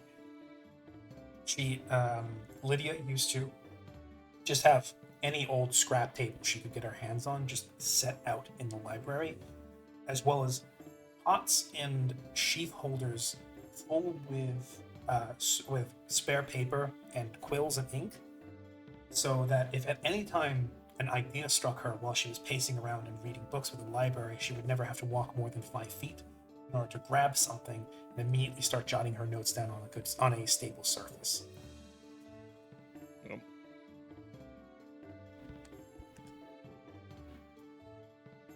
Now, since Frey, since Karia had moved ahead, feel free to position yourself wherever he may be. Yes, of course. No, I'm kidding. I thought that the bath was over here. Nope. This is a library. Bath's in the lab.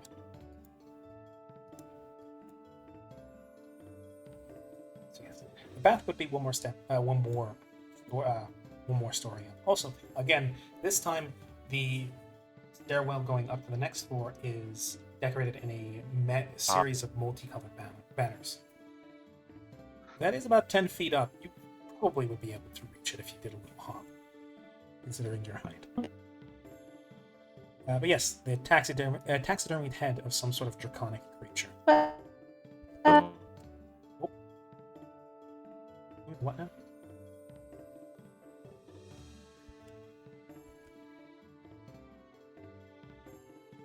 Was that Sally? Was that you? Sound like a.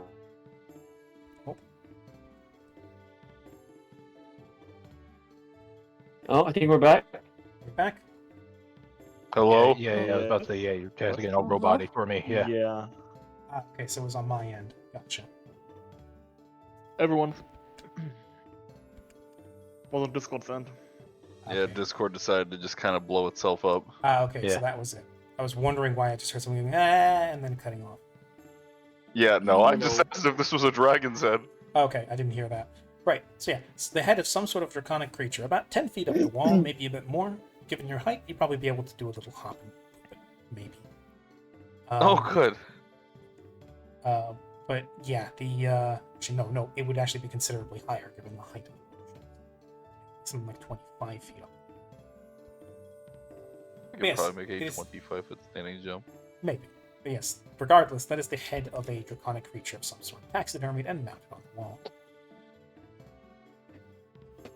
Doesn't Huh. quite correlate with a dragon.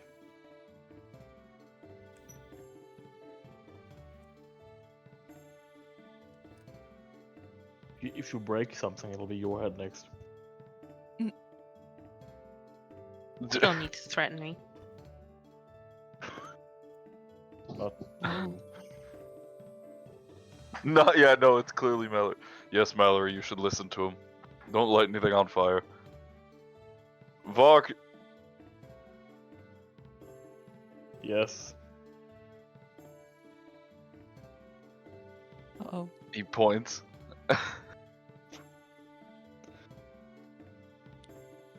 What knowledge would it be? Nature or Arcana? Arcana. Yeah, Given it is a- funny, I it was is a about to say, draconic creature. yeah, I was about to say, I can't really. I funny enough have knowledge Arcana, but it's definitely not better than Vark's. But I'll roll to help. For funsies. I'll give you I passed the help. Mark gets a +2 on his.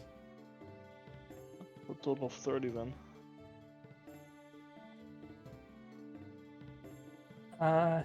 You've seen this one multiple times. You probably looked it up at some point because it would have obviously piqued your interest. You're voraciously curious. There are a few books in here on draconic specimens. Not really Lydia's focus. She was a conjuration mage after all. She focused more on planar things. But you know specifically that this is a form of drake. Specifically, it belonged to someone that was vaguely alluded to in one of Lydia's notes. That the land that the tower stands on has been disputed for a very long time by multiple parties. Who exactly they are, Lydia never really went into detail in her notes. Simply that there were people who came and harassed her on multiple occasions to give up the land that the tower stands on, if not the tower itself, using various attempted legal loopholes, legislation, and other such attempts to strong-arm her without actually having to get into a spell-slaying contest.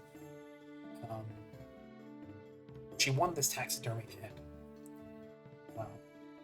in a legal settlement with one such mage that tried to force her into forfeiting her property. This previously belonged to that mage and was awarded to her by the court as a form of compensation.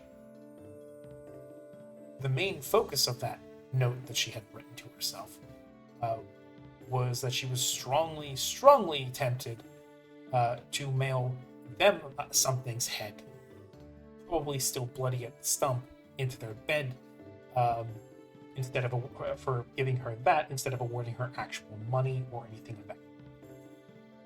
They're just giving her one of the mage's ego pieces that he used to decorate his lavish manor.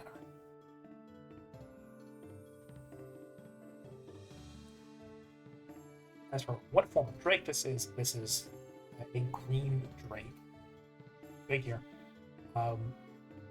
Specifically, it was apparently one that had been crossbred with some other kind of animal, kind of draconic creature. But what it was is hard to tell.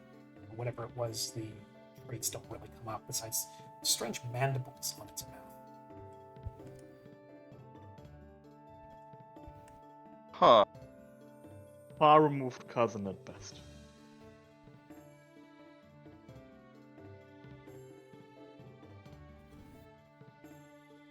I see. Well, interesting. To describe the library a little bit more in detail as you progress a bit, but the tables are scattered with crystals of some sort, as well as notebooks, pages, and books that Vark remembers as being ones that he left out either absentmindedly or that were already there when he had come to and possibly never moved or never knew the location of. And then you hear the flutter of something. Paper shifting, book spine snapping closed, and then being shoved into a bookshelf somewhere. And then a flap of leathery wings. Something alights on the shelf. There it goes. Well, I was wondering who it was that had turned the tower on. I had been hoping it would be the mistress, but unfortunately we can't get what we want. It's looks to be a small, shadowy, dirty little creature with little spectacles on its hooked nose. Alights on the edge of the bookshelf, hunches its shoulders down, and adjusts a small little bow tie, sans any other attire, around its neck. Peers down at the four of you, narrows its eyes behind its spectacles, and then looks at Vark and says, "We were expecting you."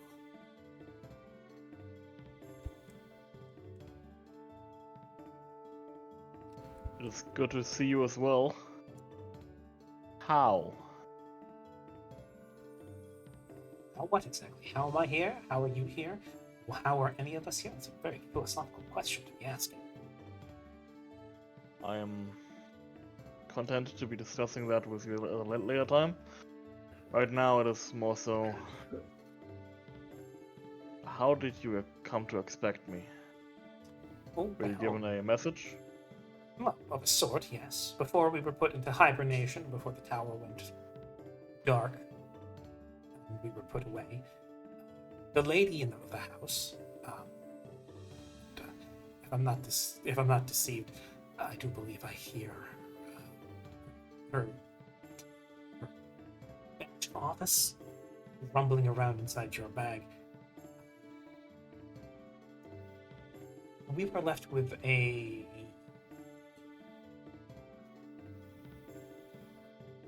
scenario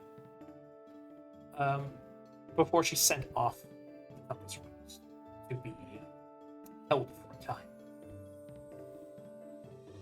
If things went as they were expected to, she would, I believe in putting the cart before the horse. Hello, I believe your name is meant to be beloved. My name is Vark. I am beloved indeed. Finally have a name. Before that, she was simply referring to you as her beloved, and many other monikers. She was very not herself. The point being, the lady at the house left us with a message before she shut the whole thing down and sent her belongings to, I believe she said she was sending it to her friends at the Society. As the, That's correct, yeah. which you recognize to be a method, which slowly drips little motes of particles from its wings as they readjust. It just sweeps the little particles off the top of the shelf. They have to clean that later. Didn't miss about existing. Was that there was a non-zero chance that a summoning ritual she was going to participate in might have catastrophic effects. It's always a possibility when summoning extraplanar entities, but maps of the shadows, plane of shadow, particularly volatile. So is what she said. She was, I believe she said, about 98% certain that it would go without a problem. She believed she had worked out the means without much issue, but there was still that 2% chance. And if that went wrong, and she was no longer around, that we were to expect a new master of the house to come. New owner. New boss. And to greet you and familiarize you with the functions of the home. What is on offer here. As well as to show you around. The various members of the staff were to tell you what to expect should you decide to stay here. So in effect, she left us something of a last will and testament. Should things have gone? It would appear they did. As I understand, given the state of the tower, it's been quite a while since we were.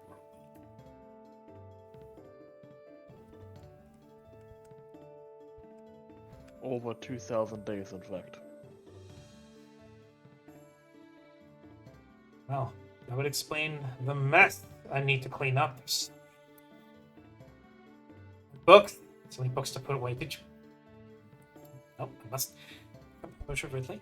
Now then, my name is Ridley. I am a dust method. I am here as the custodian as well as the librarian. And now, Master's Library. I will get to work on getting these things filed away into their proper places. Soon.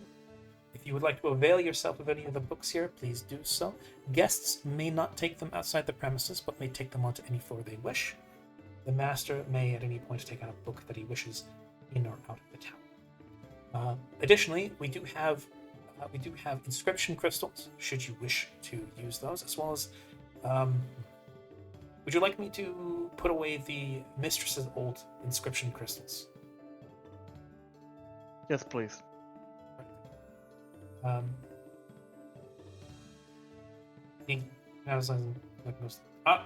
should say this, since they were technically an invention of ours. Are you familiar with inscription crystals? I am afraid not, no. He points to the table over yonder. Says, those will be some examples of them, though I think some of them have degraded with time. They are used for recording. Some of the more advanced ones can be used to record visual stimuli. She used them primarily when she was walking around the library to record any ideas or notes she would make verbally. I shall set forth with putting them to the side immediately. Additionally, in that corner there is a very comfy chair with an ottoman and a heating crystal for those cold winter nights.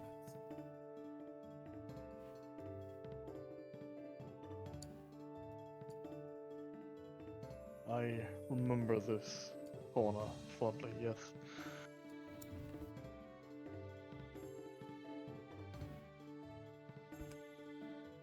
Alright.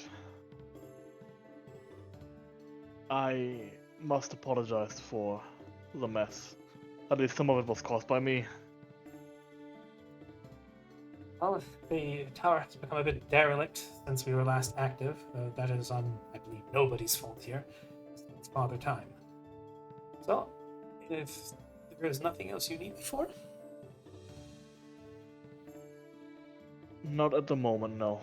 I will call upon you if needed. I believe your laboratory instructor should also be active now and awaiting your arrival. In the meantime, I shall set forth to get these books put away. Mutters over, leaving a small trail of dust motes as he goes.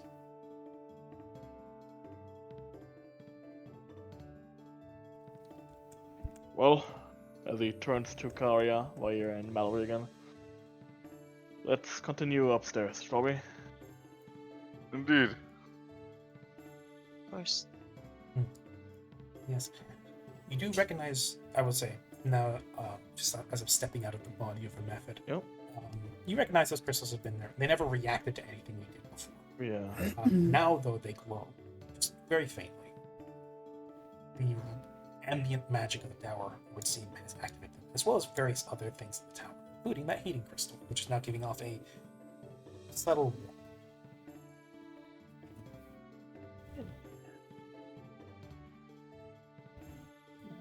Very tempted to grab one of them now, but I'll get to that later.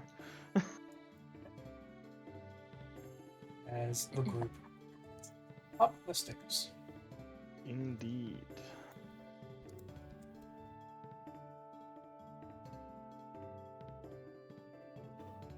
This fucking Arya is charging ahead.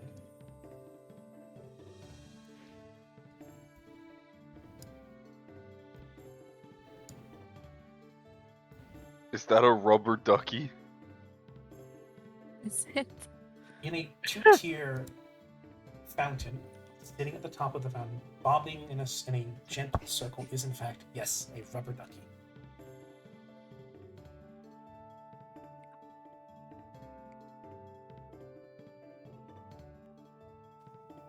Arya cannonballs inside of it. No. I don't want to break it or myself. Karia devours the rubber duck, thinking it's an animal. Finally, some good fucking food. Now, anytime some Arya gets punched in the gut or in the sternum, he squeaks. That would be funny. So yes, as you progress up the stairway to a somewhat more clinical room, you see organized but disheveled. Controlled chaos is perhaps a word Lydia might have used at some point for this laboratory of hers. On the wall that you're facing as you come up the stairs, you see a rug, a ladder pinned up against the wall, a plank, and also shelves. Lots and lots of shelves and shelving units. Shelves for scrolls and various little pull-out drawers all over the shelves. It's what you remember of the cursory inspection you did. Those shelves have some spell components in there. There's a few in there, not a lot. Coming up the stairs now, you can feel, though, there's something moving in the background of this tower. It should probably not be a background, but you get the distinct feeling that those shelves are more full than they were. On the opposite wall is all kinds of benches and tables. You see what looks to be an inscription circle of some sort, a table for fine metal and stonework, what looks almost like an altar that you have no idea what could possibly use.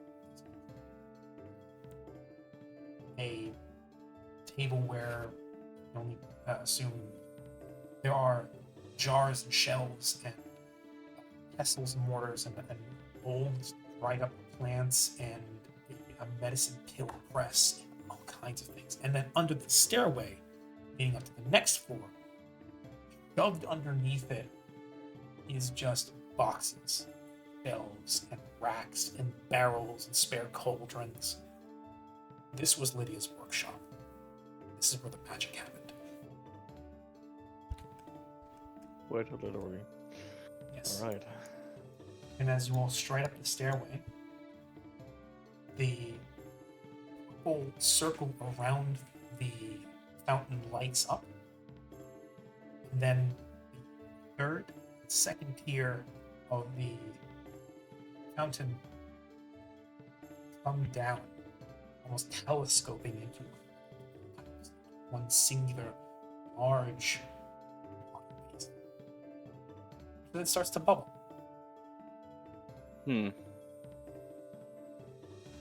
Ah, we found it. Rubber ducky is still there. Salvation. Even better.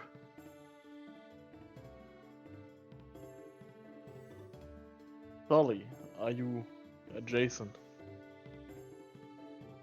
Adjacent. Rabbit? What's up?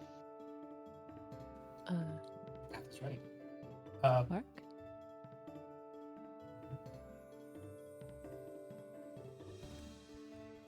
What was the question? Mark. He's dead. Oh, I'm terribly sorry. For some reason, I thought you called Mallory. And not I also me. thought I heard Mallory, and I have no idea why. I'm glad that we're on the same page. So real quick, I'll be right back. Okay. In case you didn't catch that, the fountain, which was previously three-tiered, has collapsed into itself, kind of like the three tiers sinking into one another to create one large, now bubbling water basin with a rubber ducky. Oh, that's wild. I'm getting in that bath.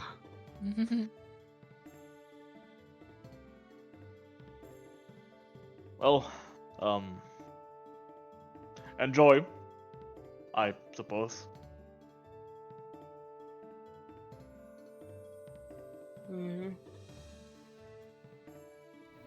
Kind of gestures towards the tub. Right here, for his part, trots up the stairs, looks around, sniffs at something.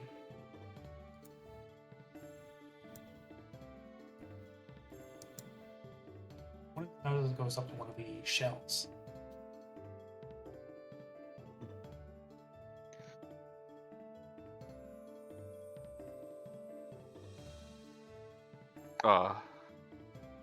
Hear him make a low grumble as the rubber.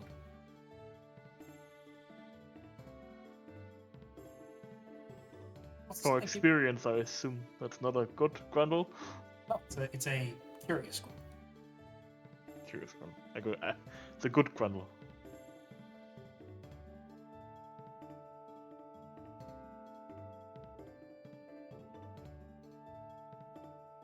Also, Yeah, speaking draconic. Yep. Um,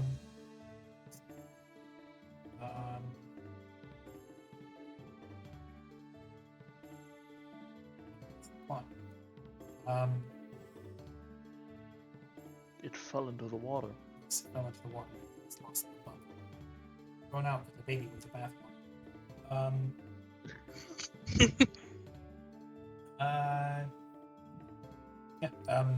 No, well, I'm just gonna keep going with what I was doing before that. Vair is kind of nosing at one of the shelves and says, "It smells nice."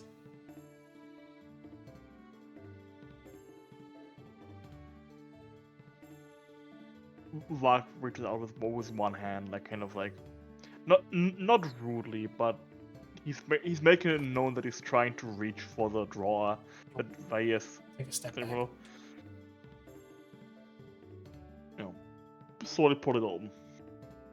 Inside, what looks to be dried, crushed up red herb with streaks of yellow.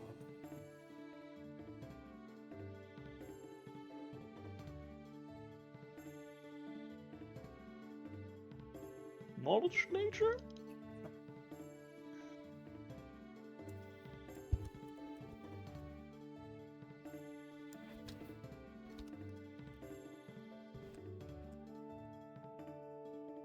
You know this herb to be something called Highland Valerian.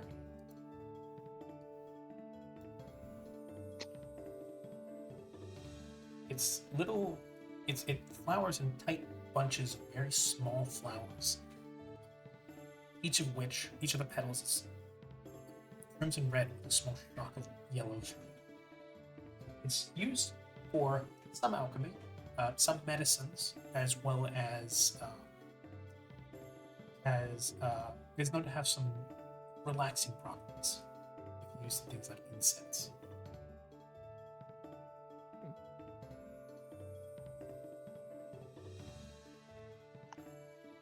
Not edible, I assume. It could be. It's not toxic if you it just doesn't have any unless it's refined.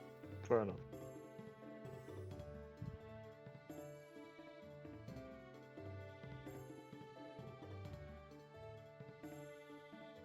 Do you like the smell? Kind of eyes it. You see his nose come up to your hand. Sniffs it. You see his pupils, for the first time in a very long time, actually widen a bit. Nods his head. I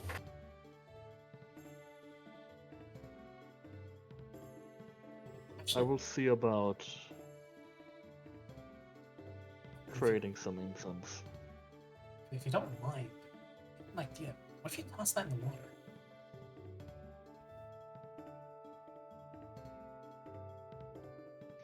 Looks over to the bathtub. Kareth already in it. Yeah, it's bubbling a little bit like a jacuzzi. You see the froth of that fountain become intermittently colored with various grime coming off of Arya's body, which I'm going to assume more or less dove into it. Yes, he just Yeah, went in the water, sploof. step, face plant. Yes, you flopped into it. Every now and again, the water will color with some bit of grime that's come off his body, and then go back to a normal looking. I ask for a knowledge check.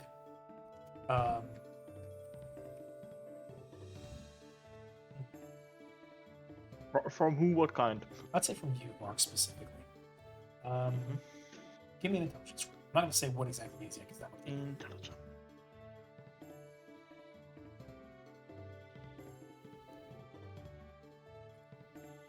Let's look at what your bonus is.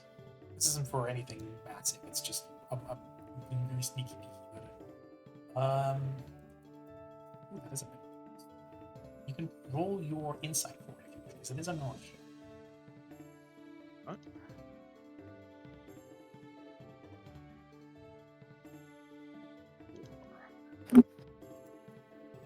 That's a 29 total. Going by both the looping circle around the fountain, as well as the way that it's just kind of cleaning itself, you recognize what exactly this fountain is. It is a modified gate to the plane of water. I fucking knew it.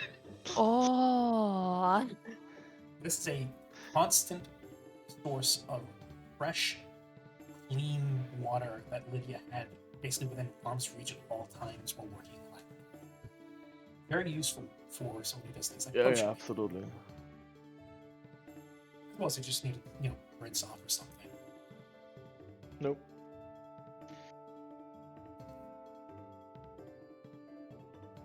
Let's hope we aren't polluting the plane of water. Or Karia is. It's probably, right? Yeah. Yeah. Very, very big, in fact, actually. Well, what are they going to do complain about a little bit? What about the corruption? Jellyfish. And what about the jellyfish? Or sorry, starfish. What about the rapidly, mutating the thing style rubber ducky? The rubber ducky's head twists 180 degrees. Oh god. No. Varg watches the scene for a moment, watches the water basically constantly get replaced. Then he shrugs. He goes, why not? Hey, there we go. And he reaches into the drawer, basically grabs a fistful of the powder, and then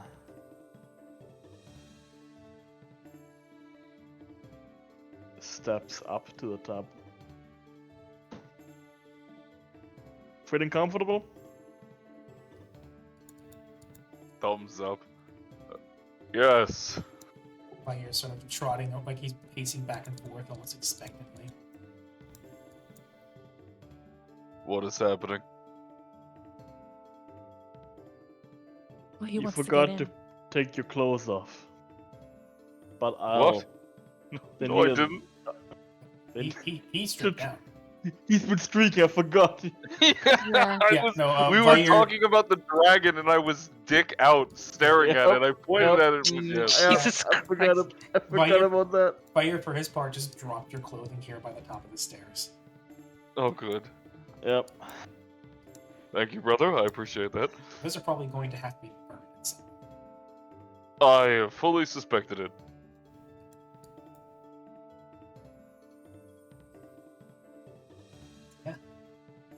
You're a brave boy, aren't you?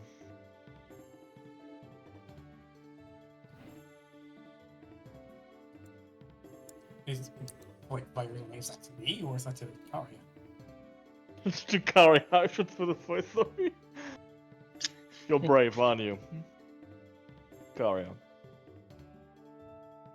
I have a feeling that this is going somewhere that I'm not going to like. No, not really. I'm just making a joke, and he tosses the powder into the water. The air fills with a soft floral fragrance.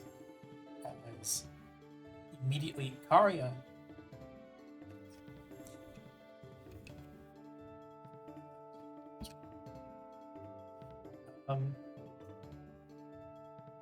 you immediately feel mellow.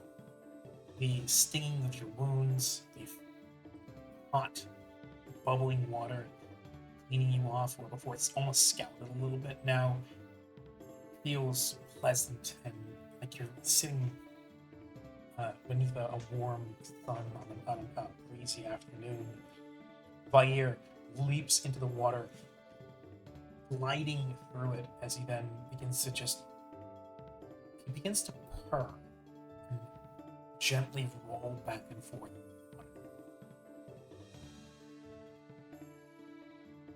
It's one of as a new property of Highland Valeria is discovered. It was never cataloged because it was never actually no one ever recorded interacting with dragons before. But I think it's a fairly reasonable conclusion that Bart would come to, given the knowledge nature. Knowledge nature check he made. What? Motherfucker.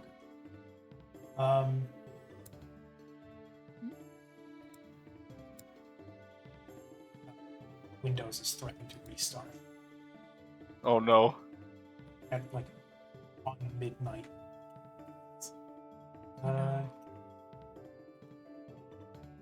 Reschedule.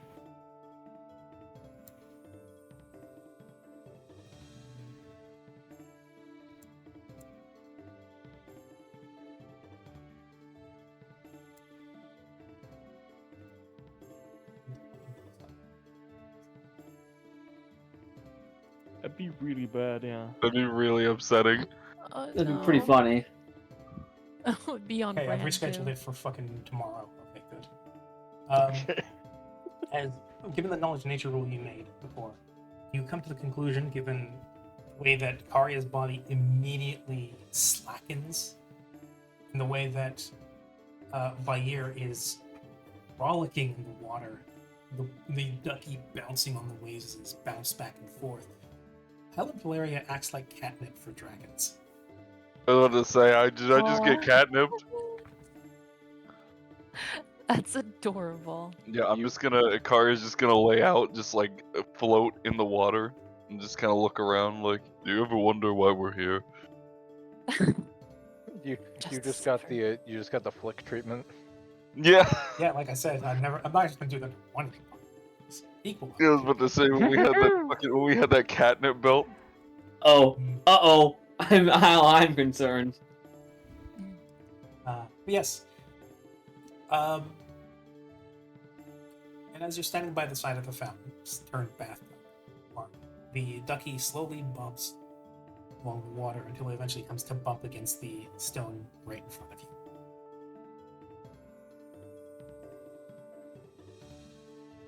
And then it looks up at you.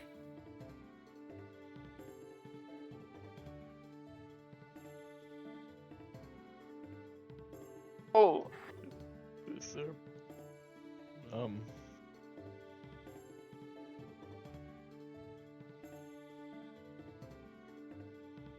like slowly circles the tub a little bit. It slowly follows you.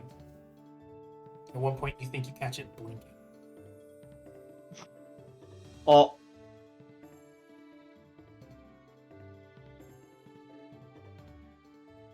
Another golem?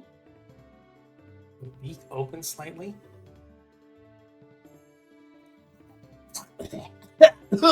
How you doing?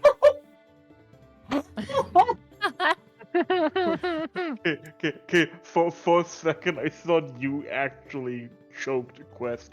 Yeah, I Yeah, got me pretty good. too. I'm got pretty good chat practice on it.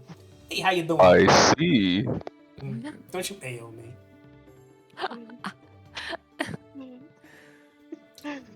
Hey, how you doing? I don't have a name. Right. Hey, how you doing? Hey, I'm Hello. walking away. Hey, I'm Ducking over swimming here. here. I'm swimming.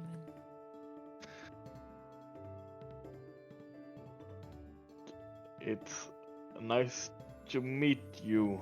Nice to meet you too. I'm a duck. Well, I'm not really. I mean, I think I was something like a can- duck at one point. I was in water. Right? Yeah. That long-haired lady. She made me for something. What was it? Right. She stuck me in this thing and then his eyes go wide with realization. It's like, she stuck me in this fucking body and shoved my head through knowledge so I could teach you. That's what it is. You're the Took your damn time. laboratory instructor.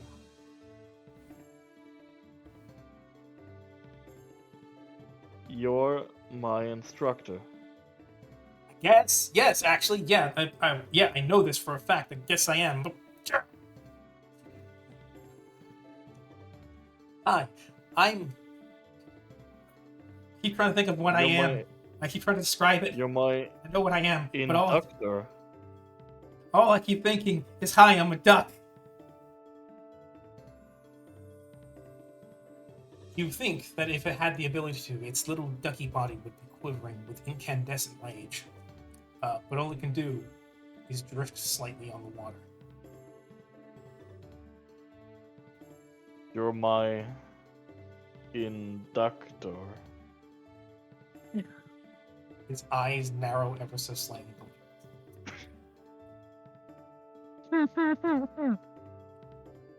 I'm sorry, was that not funny? I You've been awake I'll- and sentient for less than an hour, and people are already making puns. This is gonna give me a complex. I thought that puns are humorous. I apologize. Why ducking look like a... God damn it, you got me doing it! Hi, I'm supposed to instruct you in all things of what the different things in this laboratory do. I'm also supposed to be your partial alchemy instructor. And also provide you with all knowledge on things related to the plane. And if it wasn't for a spell keeping me in check, I would unleash tidal wrath upon this fucking building!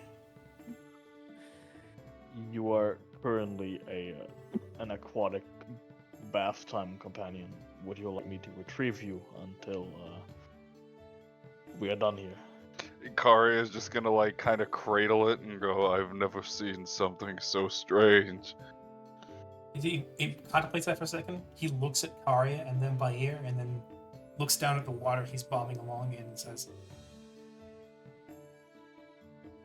I don't know what frightens me more. Being away from water? Being stuck in a bathtub? Everything is scary in the big wide world, my friend. but you must understand what it is like to be free. Go.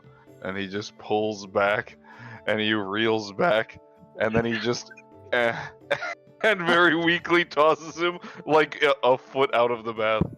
Fly. Makes a little ducky as he hits the floor, and he just rolls to a stop.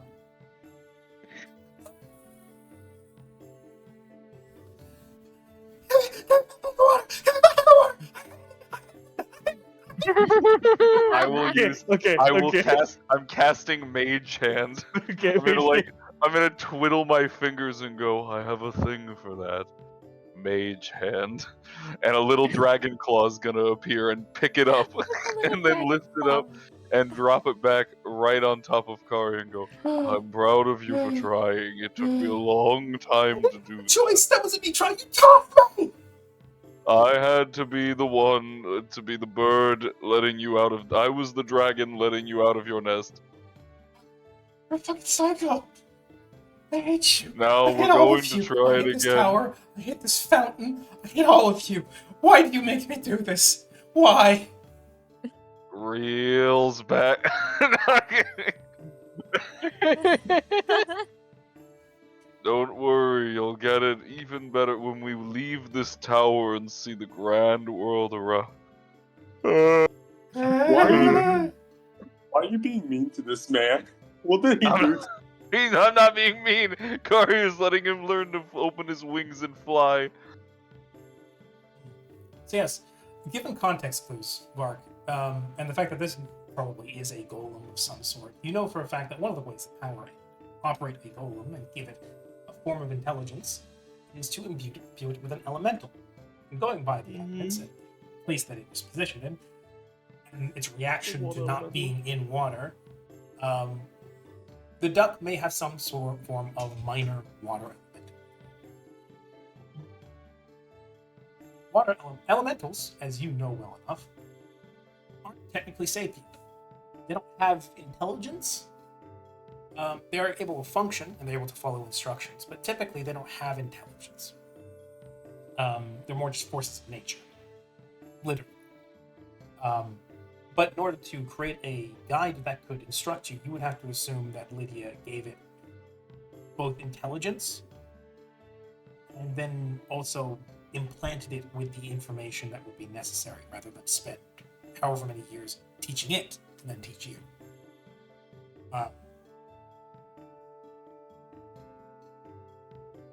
So yes, going by what the duck has said, it was created, had sapience then granted to it a metric shit ton of alchemical and laboratory notes crammed into its newly formed mind and then put in storage for 2,000 plus days.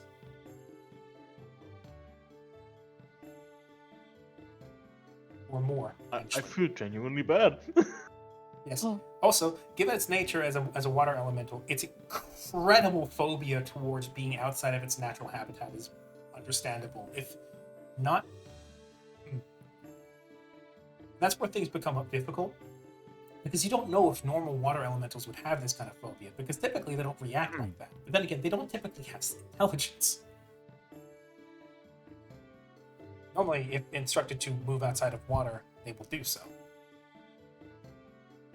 But for water elemental newly granted intelligence, water is all it's ever known.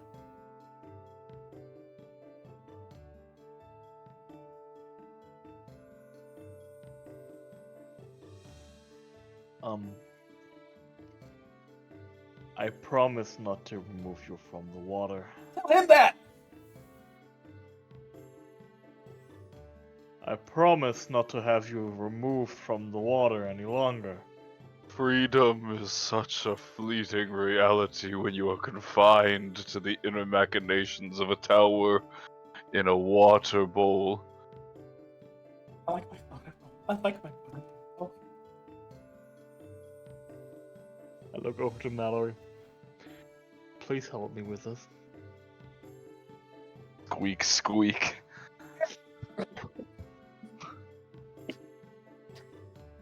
Karia.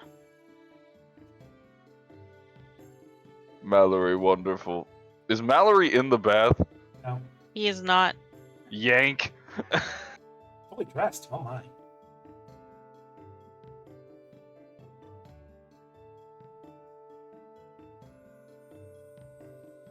He's gonna be resisting that with all its might. That's understandable.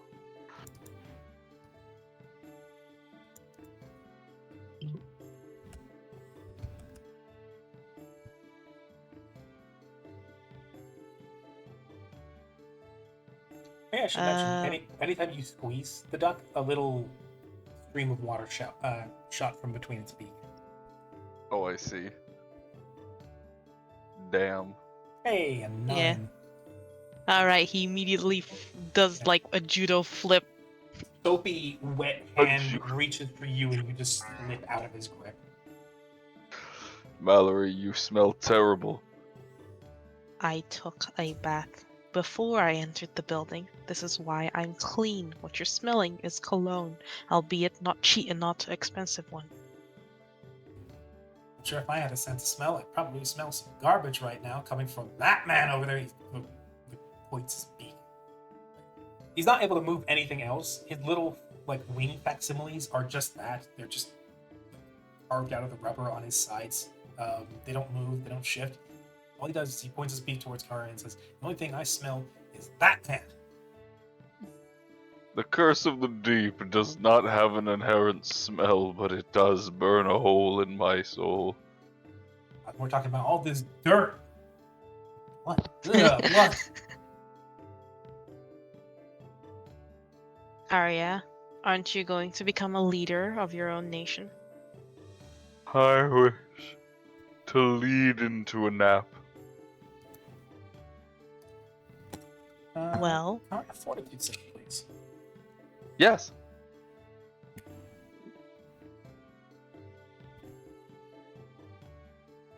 Why is it not rolling? Why is it not rolling? Let me open the sheet again. And a -4, Boom. by the way. Oh, okay. Well, then that is 13. yeah. Racial disadvantage, unfortunately. You're immune to magical sleep, not chemical sleep. As you see Karia, again, sort of limply reaching for you, Mallory.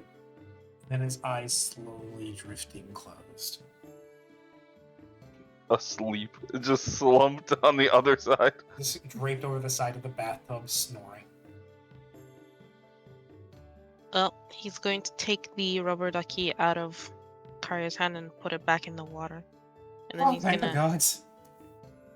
step you also, over. You also see Vair sort of just gently coasting across the surface, his nose just barely poking out of the water, eyes closed. Yeah, observing that, he would proceed to face Vark and state it's fixed. He's not saying that he fixed it. He's saying that it's solved. The problem is solved. The ducky looks up to Mallory and says, "Shai's blessing upon you."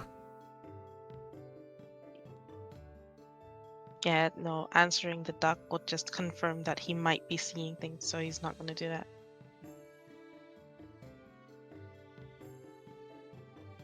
Okay. He does not believe in talking inanimate objects.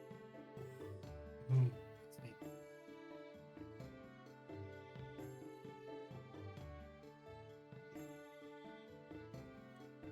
But Mallory, what about your sister?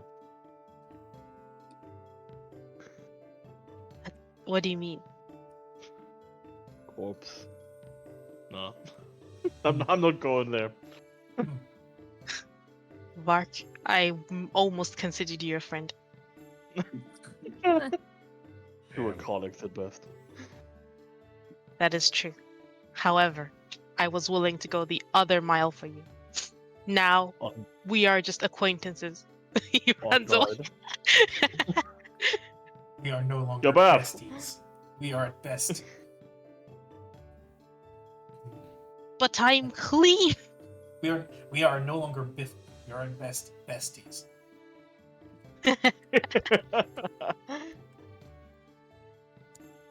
Vark, I cleaned myself before I got here.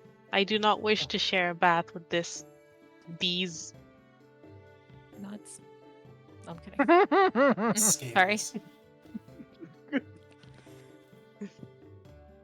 Very well. You would-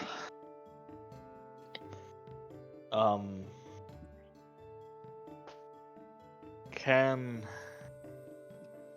I assume you are headed downstairs then? Mhm. Would you be so kind as to call Flick and Siren up here? Very well. What's gonna happen with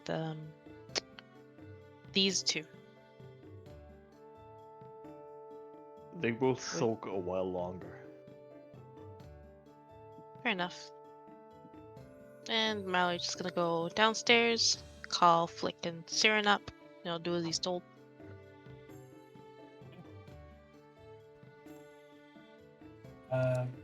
Will Mallory remain downstairs, or is he? He's gonna come back up. There isn't really much to do downstairs. Okay. Well, aside from read in the library, but Flick and Siren. Maybe 5 Flick minutes will later. kind of look to Siren and just say, you should probably go first. Like I said, I don't want my foe getting everywhere. Oh, Right, good. well, More dirty meat. Wonderful. I think we have to take turns anyways, because currently it seems to be occupied. And Siren is Precisely. making an effort to face away It from was the tub. occupied beforehand. Don't worry, I won't look. I'm sorry, who is talking right now? Is there someone else in the room? Down here. just Hello? What? I You don't want to you turn around. see- I want to give the person their privacy. He's kind of stormed up the stairs naked. Oh, good. Wonderful. So nobody's He's gonna in get, the water. nobody's gonna get this frothing pile of stank out of my bathtub. I mean, my fountain. God, God damn it. Shy, damn it. Shy is a name that doesn't even evoke a hell of a lot. I'll say that much. But it is a god. Karya and his dragon are gonna soak for a little bit. Wait, which dragon? We're I'm marinating. kidding. Oh, good. I love being in dragon soup. And I am hoping that you two also hear the duck. I'm hoping you also hear the duck. It's just Mallory's schizophrenia kicking up again. Not again. Standing next to the duck, he Damn. sees a silhouette of a young girl, wreathed in golden light, waving to him. No. No. No. It's all in your head. It's all in your head. Search your feelings. You know it to be true. Search your feelings. Thank God it's not the phantoms of my father. Oh no, he's what comes through whenever you use the blistering invective on yourself. No. With each passing year, I see my father. I see more and more of my father coming up with each Everywhere I and go, more I you see see him, features. you see him every time you look in the mirror. No, I must remain young. You must come to terms with it. You're becoming your father. No. But yes, anyway, you guys see a well-equipped laboratory, humming with life, shelves filled with and workbenches all along the walls, as well as lots of supplies stashed underneath the stairwell.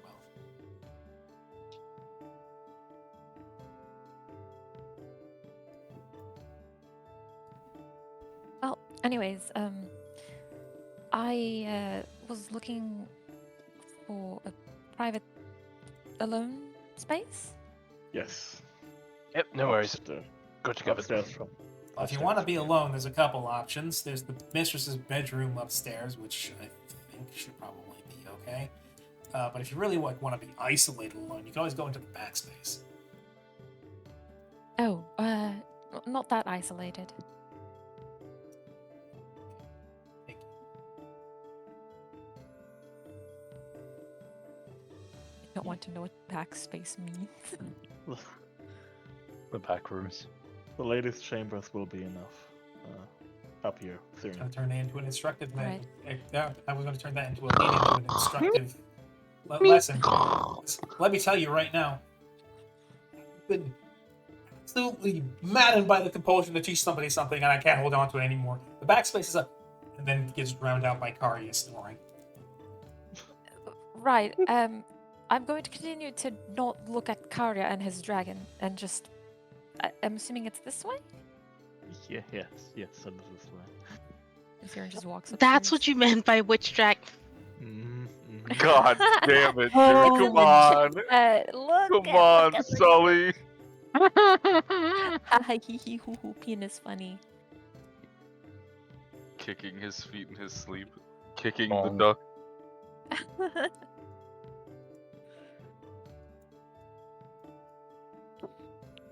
Ah, yes, the pile. The pile? The pile. There's so many pillows. This is Lydia's bedroom. You know from experience just how comfortable it is to step over the rim of that. It's a pit built into the, like, it's not elevated, it's sunken into the floor. Filled, rimmed with pillows, full of blankets and more pillows, and more pillows and more pillows. You know from experience just how comfortable it is to just step to the edge of it and then just flop face first down into it and then roll up into the blankets. This was Lydia's choice of how to sleep. Based.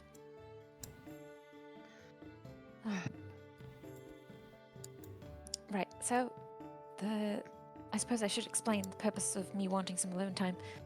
But first I should ask, how proficient, what the fuck is that? Magic mirror? Just wooden tub. It's just what? It's a wooden tub with a little rug Oh, into existence. I see. Actually, this would be a better one.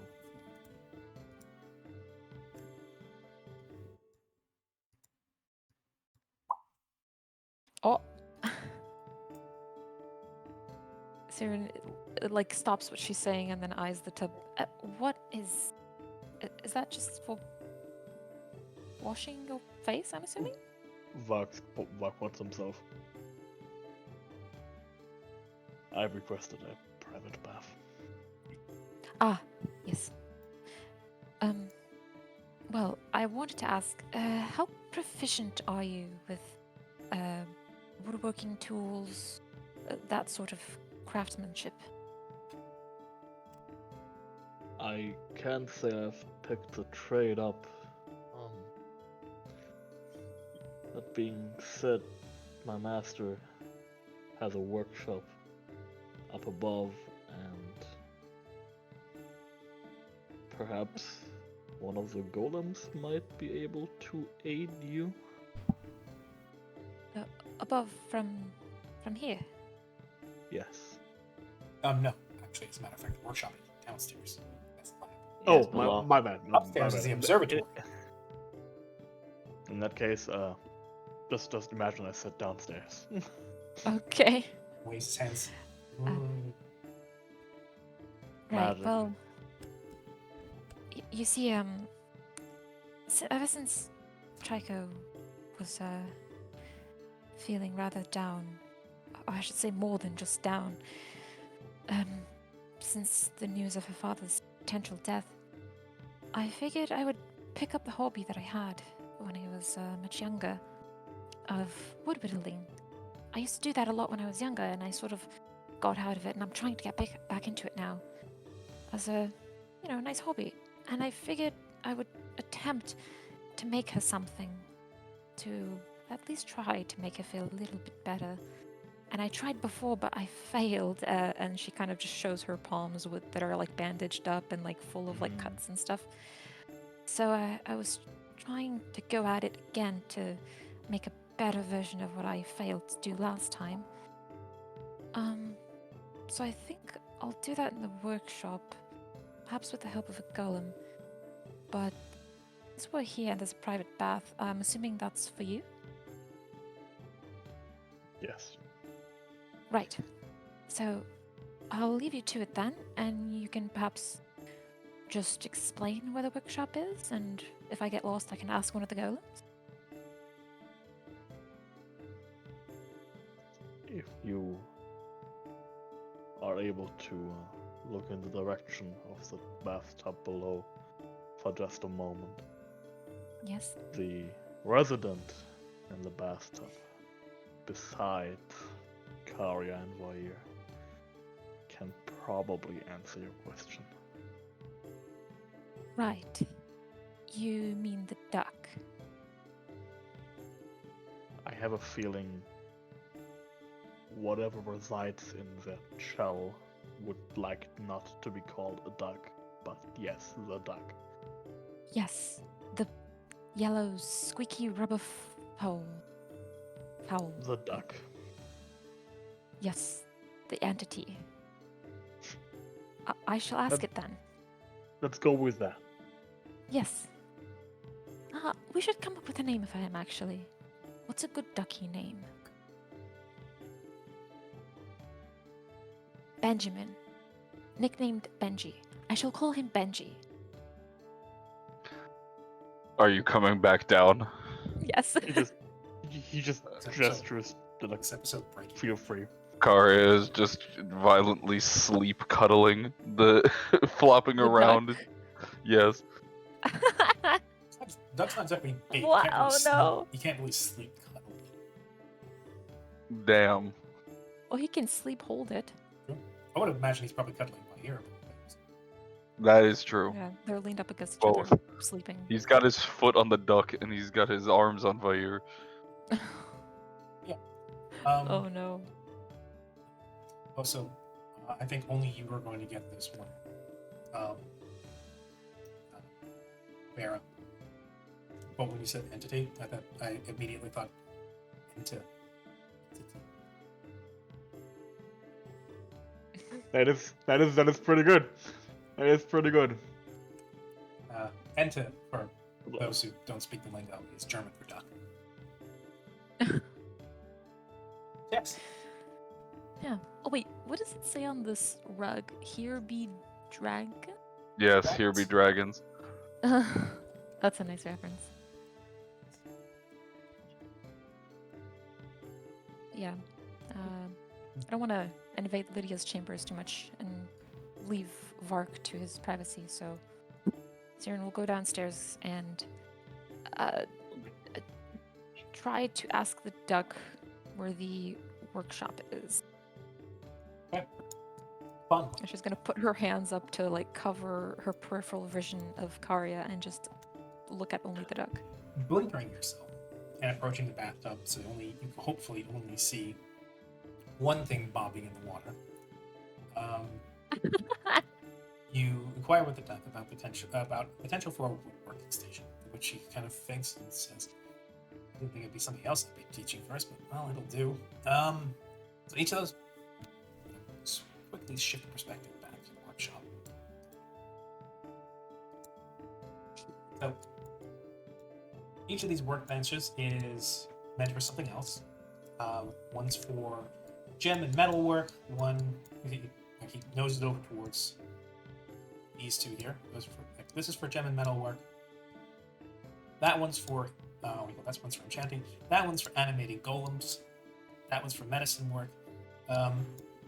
There's not really a dedicated bench for woodworking. Not a lot of stuff she made used wood. She mostly worked on weapons and golems. But if you look around underneath the stairs, you'll probably find a chisel and a file or something somewhere. Right. Anything helps, honestly. And Just a quick perception check to see how you root through and what you find. okay.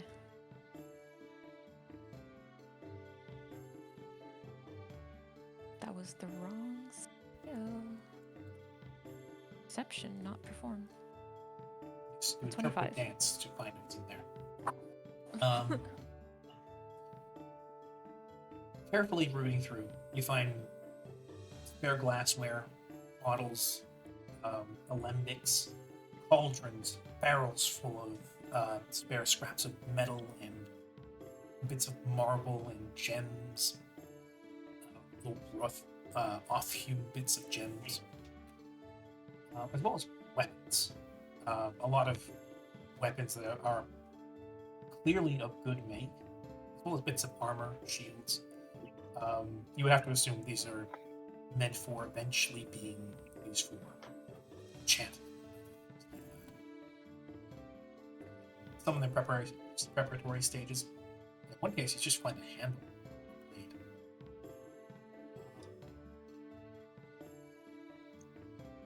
Let's see. Find a bag of coal. You find a box of onions that looks farm fresh. Which one I would say you've noticed now, despite the fact that you've been in this place for something like an hour at this point, which is how, say, Chaiko finally gets her hearing back. You've not gotten thirsty or hungry since you've entered, nor do you feel any more tired than usual. I can hear? Here, you more or less just spent like a good amount of time lounging around in the foyer and inspecting the colon. And eventually the ringing stops and you can finally hear again. Once I realize this, I guess once I realize this, I go find the others because I'm not permanently deaf. EFB. And you got Hollow down there with you. Yes, focusing on Siren at the moment. Yeah, you find an array of different items, presumably ingredients and pieces and stuff like that for future use. And you do eventually find a collection of tools, boxes that are being kept in. Those bits of scrap wood and beams and other things like that. And that finally, you don't find a carpenter's kit. Because a carpenter's kit would be things like claw hammer, saw, and stuff like that. What you find is a woodworking kit, which is a one of those sort of leather flap together tool cases. Where you undo the button on the front and you flap open on both sides. Inside is there's a chisel, there's a file, there's several types of shaping knives. There's a blade sharpening kit, including a whetstone and a strop. Yeah, you've got everything you need there. And you've also got plenty of flat surfaces and chairs. As well as bits of scrap wood. Nice. Perfect. So, Siren is going to attempt again at what she attempted earlier, that time that I messaged you. Mm-hmm. And she had kind of a lousy roll. Okay. And if Chaiko ever comes up here, she's gonna stop and attempt to hide the things that she was working on and just play it off like she was investigating. Alright. You make your way over to the working bench. So, take a seat and get to work. And you may remake the check you made before, this time at a +4 for having a good workspace and good tools. Nice. I'm also gonna give myself guidance. Okay. So that should be a +5. And craft, yeah? Mhm. Okay. Better than last 17. Yeah. time. So, Oh, sorry, You- 18. notice you have considerably improved. Your hands are steadier. It helps that you've got a solid working, that you're not like working in a cart or something, or in an in-room with a proper workstation. You've got good quality tools, a place for working on it, and a little bit of experience. It's mixing cuts on your hands too. Mhm. Eventually, in the space of about 10 minutes, you've whittled out the first of one of your Sorry, could you repeat that last part? You've whittled out one of the first of your projects. Nice. If I look over my shoulder, do I see that Karya's still asleep? Like a stone. I'm gonna send you a message. A little one.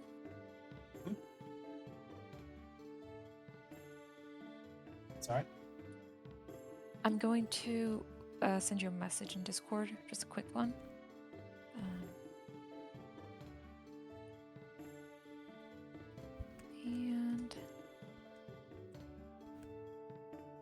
you know, seizing the moment since we have this workspace.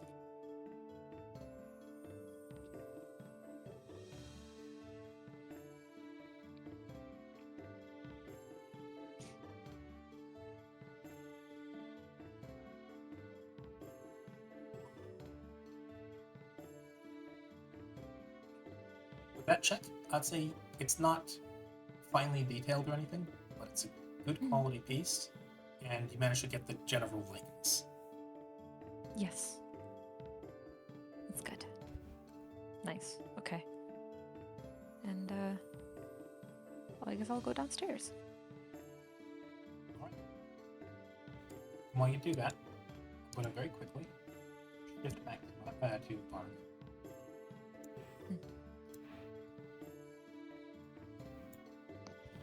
Mark, Aeneas. you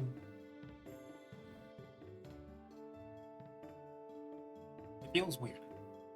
Not just the sensation of magic in the air that is new to you, but it's weird being back in Harmony.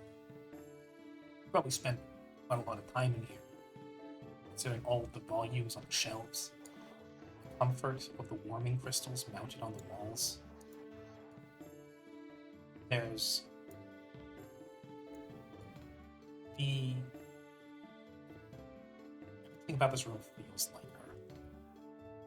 From the perfume of the air, clothing sort of chaotically hung on hangers and dangling from and stuck between doors on the wardrobes, to her changing space tucked underneath the stairway where the divider is. A piano shoved underneath the stairs haphazardly next to a rack of extremely old vintage bottles of wine. Even then, also her lounging chair, her personal reading chair, as opposed to the place in the library, which was her comfy spot for studying and brainstorming. This was where she would read the books that were for pleasure, more so than usual. The books of fiction and biographies and other things. None of it very deliberately separated. Not a single book within this room is instruction, or factual, or at the very least, information. And it's almost like a ghost in the chair you see as an empty bottle of wine lays knocked over on the rug next to it, a book with a corner of dog-eared laying on the ottoman, and a stack of apples which has not aged a day since you left, since you got it. Just leaned up against the side. You can almost picture the silhouette of her sipping from a glass of wine as one hand reaches down and grabs an apple out of the sack.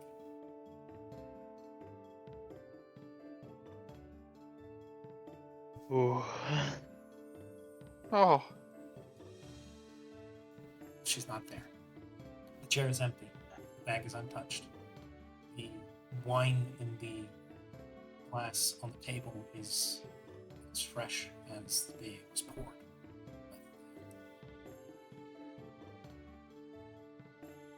And then you feel your hand itch.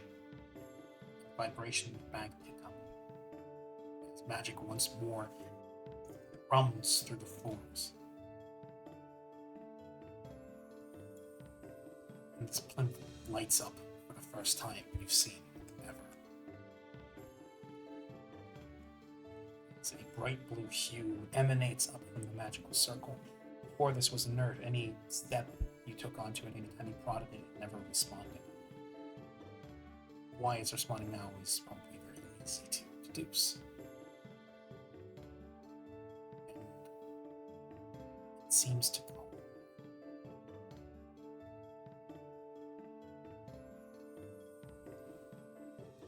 No time like the present, I suppose.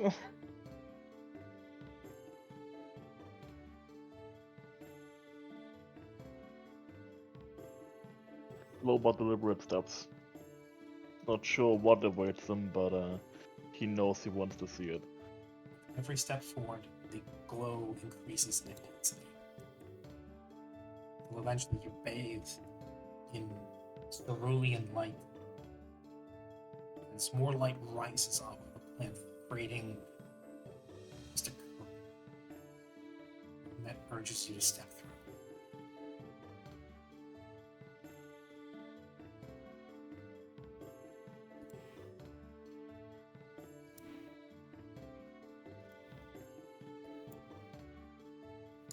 And I step in.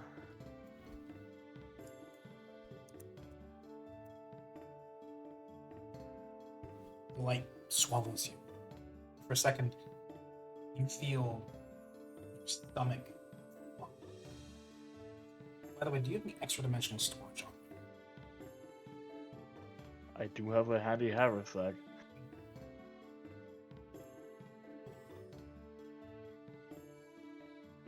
Not anymore, he says. As you step onto the plane.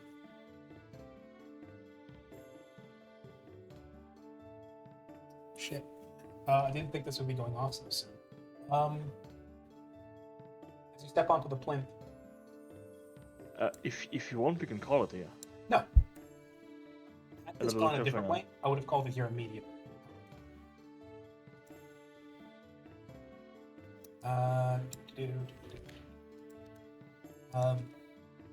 As you step into the plinth, the light swallows you. You feel your stomach flop as you shift. A familiar sensation of being pulled somewhere. And then the next thing you know, sitting in the center of the atrium, everybody who's still down there,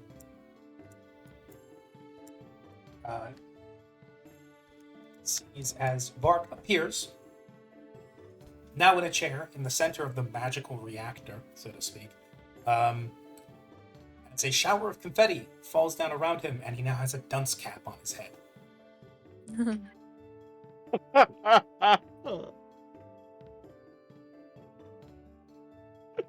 Oh, Ma'am, it seems you've triggered the emergency failsafe reaction.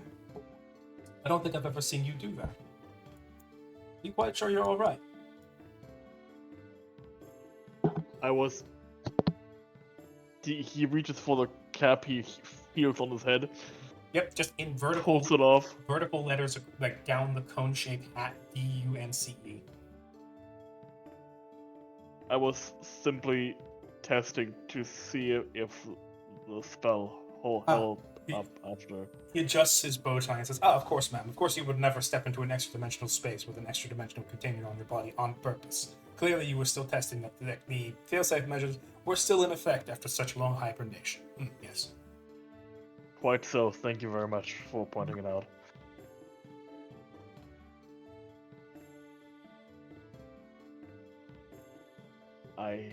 Perhaps you'd like to try it again this time without the extra-dimensional storage." Yes. he steps off the platform and just places his handy haversack off to the side. And he's going to neatly place a dunce cap atop the backpack. Yes. Holo Holo, Maria, and Shaiko would have all been, and Shaiko would have had the privilege of hearing it as well. As Vark popped into existence, there was a shower of confetti and a sound like a party horn.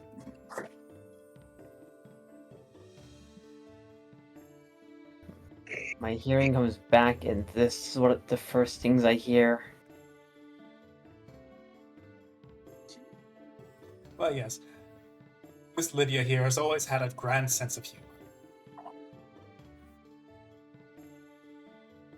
Well, if anyone were to try and access the extra-dimensional space of the tower with such a device on them, it would be quite catastrophic. She had to program in some sort of failsafe, isn't that right?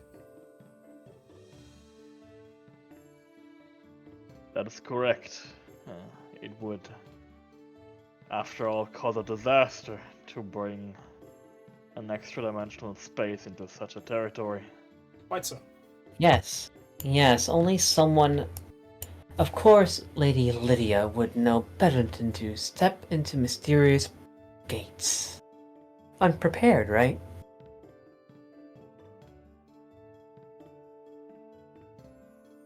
You have the right of it.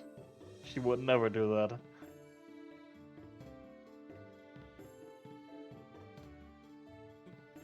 His cheeks are lightly flush.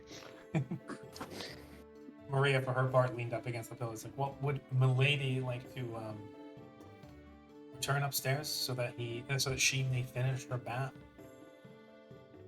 Yes, that would be the best course of action, I believe.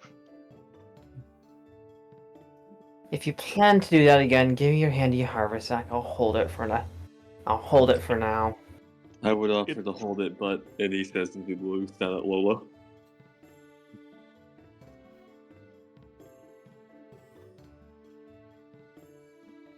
So yes, I've placed it here on the site.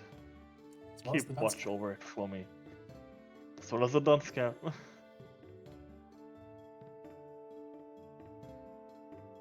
After about 5 minutes, the cap goes dissolved into confetti.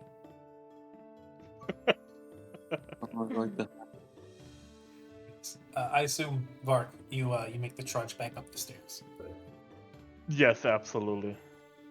Somehow, impossibly, Vark is back through the library and then through the laboratory.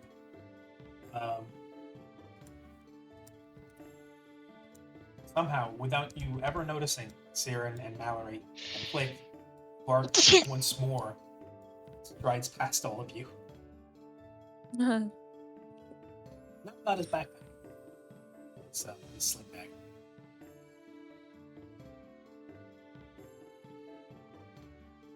And he makes his way past you again. Don't mind me.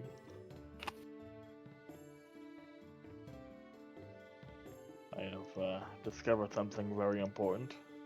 Which is, And you're I'll tell asleep. you later. I mean, me.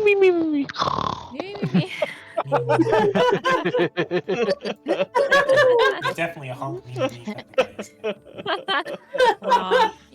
he? Wrong. Wrong. Oh, is he a honk shoe kind of guy or a honk me? Good question. Right now, he's really in his me arc, but he'll get there. And Vark, once more as you come back into the room, the portal lights up again.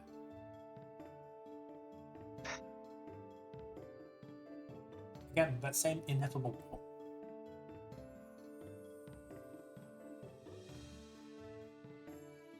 I know better than to step into unknown portals. I know better than to step into unknown portals! I'm gonna step into this unknown portal. Again. You know better than to step into unknown portals. A voice rings in the back of your head. Chaiko Bring us back Chaiko some disapproves souvenirs. of this. Yeah, exactly. Oh look, corpses. Oh, wonderful. Oh. As A Oh. man's the voice light- rings in your head. This isn't the time to use that. Use this right now, yeah. The light peels away as you're left standing on a very similar plinth, some very similar magic circle with a lighter hue, blue. And this space is thoroughly different from everything up until now. It's like it's carved out of a cave system. There's benches and tables see and it. things haphazardly thrown over. There's debris and battered glass and items strewn across the floor. And on the other end of this cavern, previously you see more evidence of workbenches and other furniture, as well as what look to be metal-crafted bodies shattered. You see that there are crystals up on the walls that emanate light in a golden hue, gently bathing the cave in illumination. But on the other side of the cavern, you see that the light that projects from these crystals ends after a certain point, and the entire latter half of the cave seems to be soaked with an encroaching shadow. You know what this is. There is no check necessary. Because you feel it. It's an encroachment point from your home plane. This is where it happened. I'm home. It's how you came here.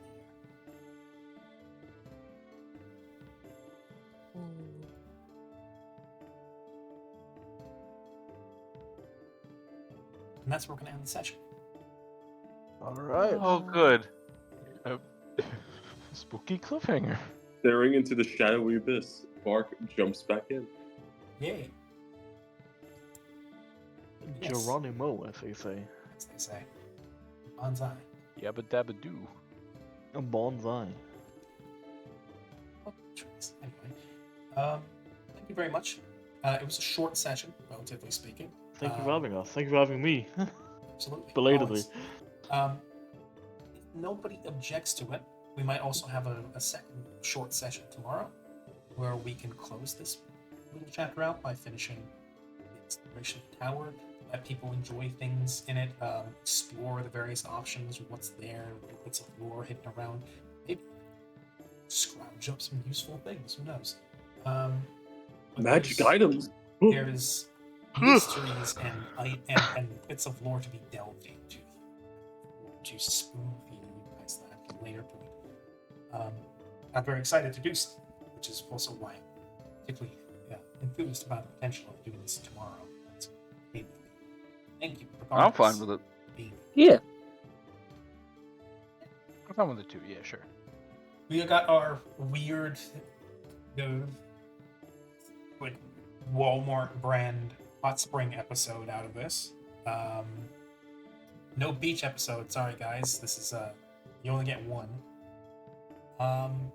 That beach episode you've been wanting since More Dawn is not happening. I guess. I only have so much fan service. I'm very sorry. Not yet. I'll make it happen. Have to be at least one more character arc.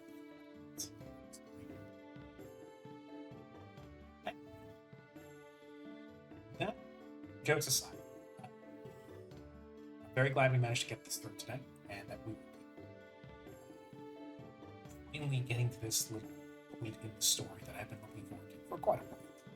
Because things, for Vark at least, finally start to come to light, or at the very least, start to explain. Would you say Underdark? Vark. Underdark. Enter Vark. Undervar. Underwear. Underwork is pretty good. Underdark. Exit There is no dark. Underdark in this Enter world. There's dark. only Underworld. Anyway, thank you very much. I'm going to go ahead. That's where that monk girl with the 4 arms wants to be. But anyways, yes, of course, thank you for running. Nah, no, she doesn't go on. Thank she you. Go, Damn. she only tops. You know what? I love Mitra. I do like her as a Thank character. If you. she ever gets a chance to come back as a character, I Hell yeah. would like that. But yes, it's not like I've been happy with the world with NPCs.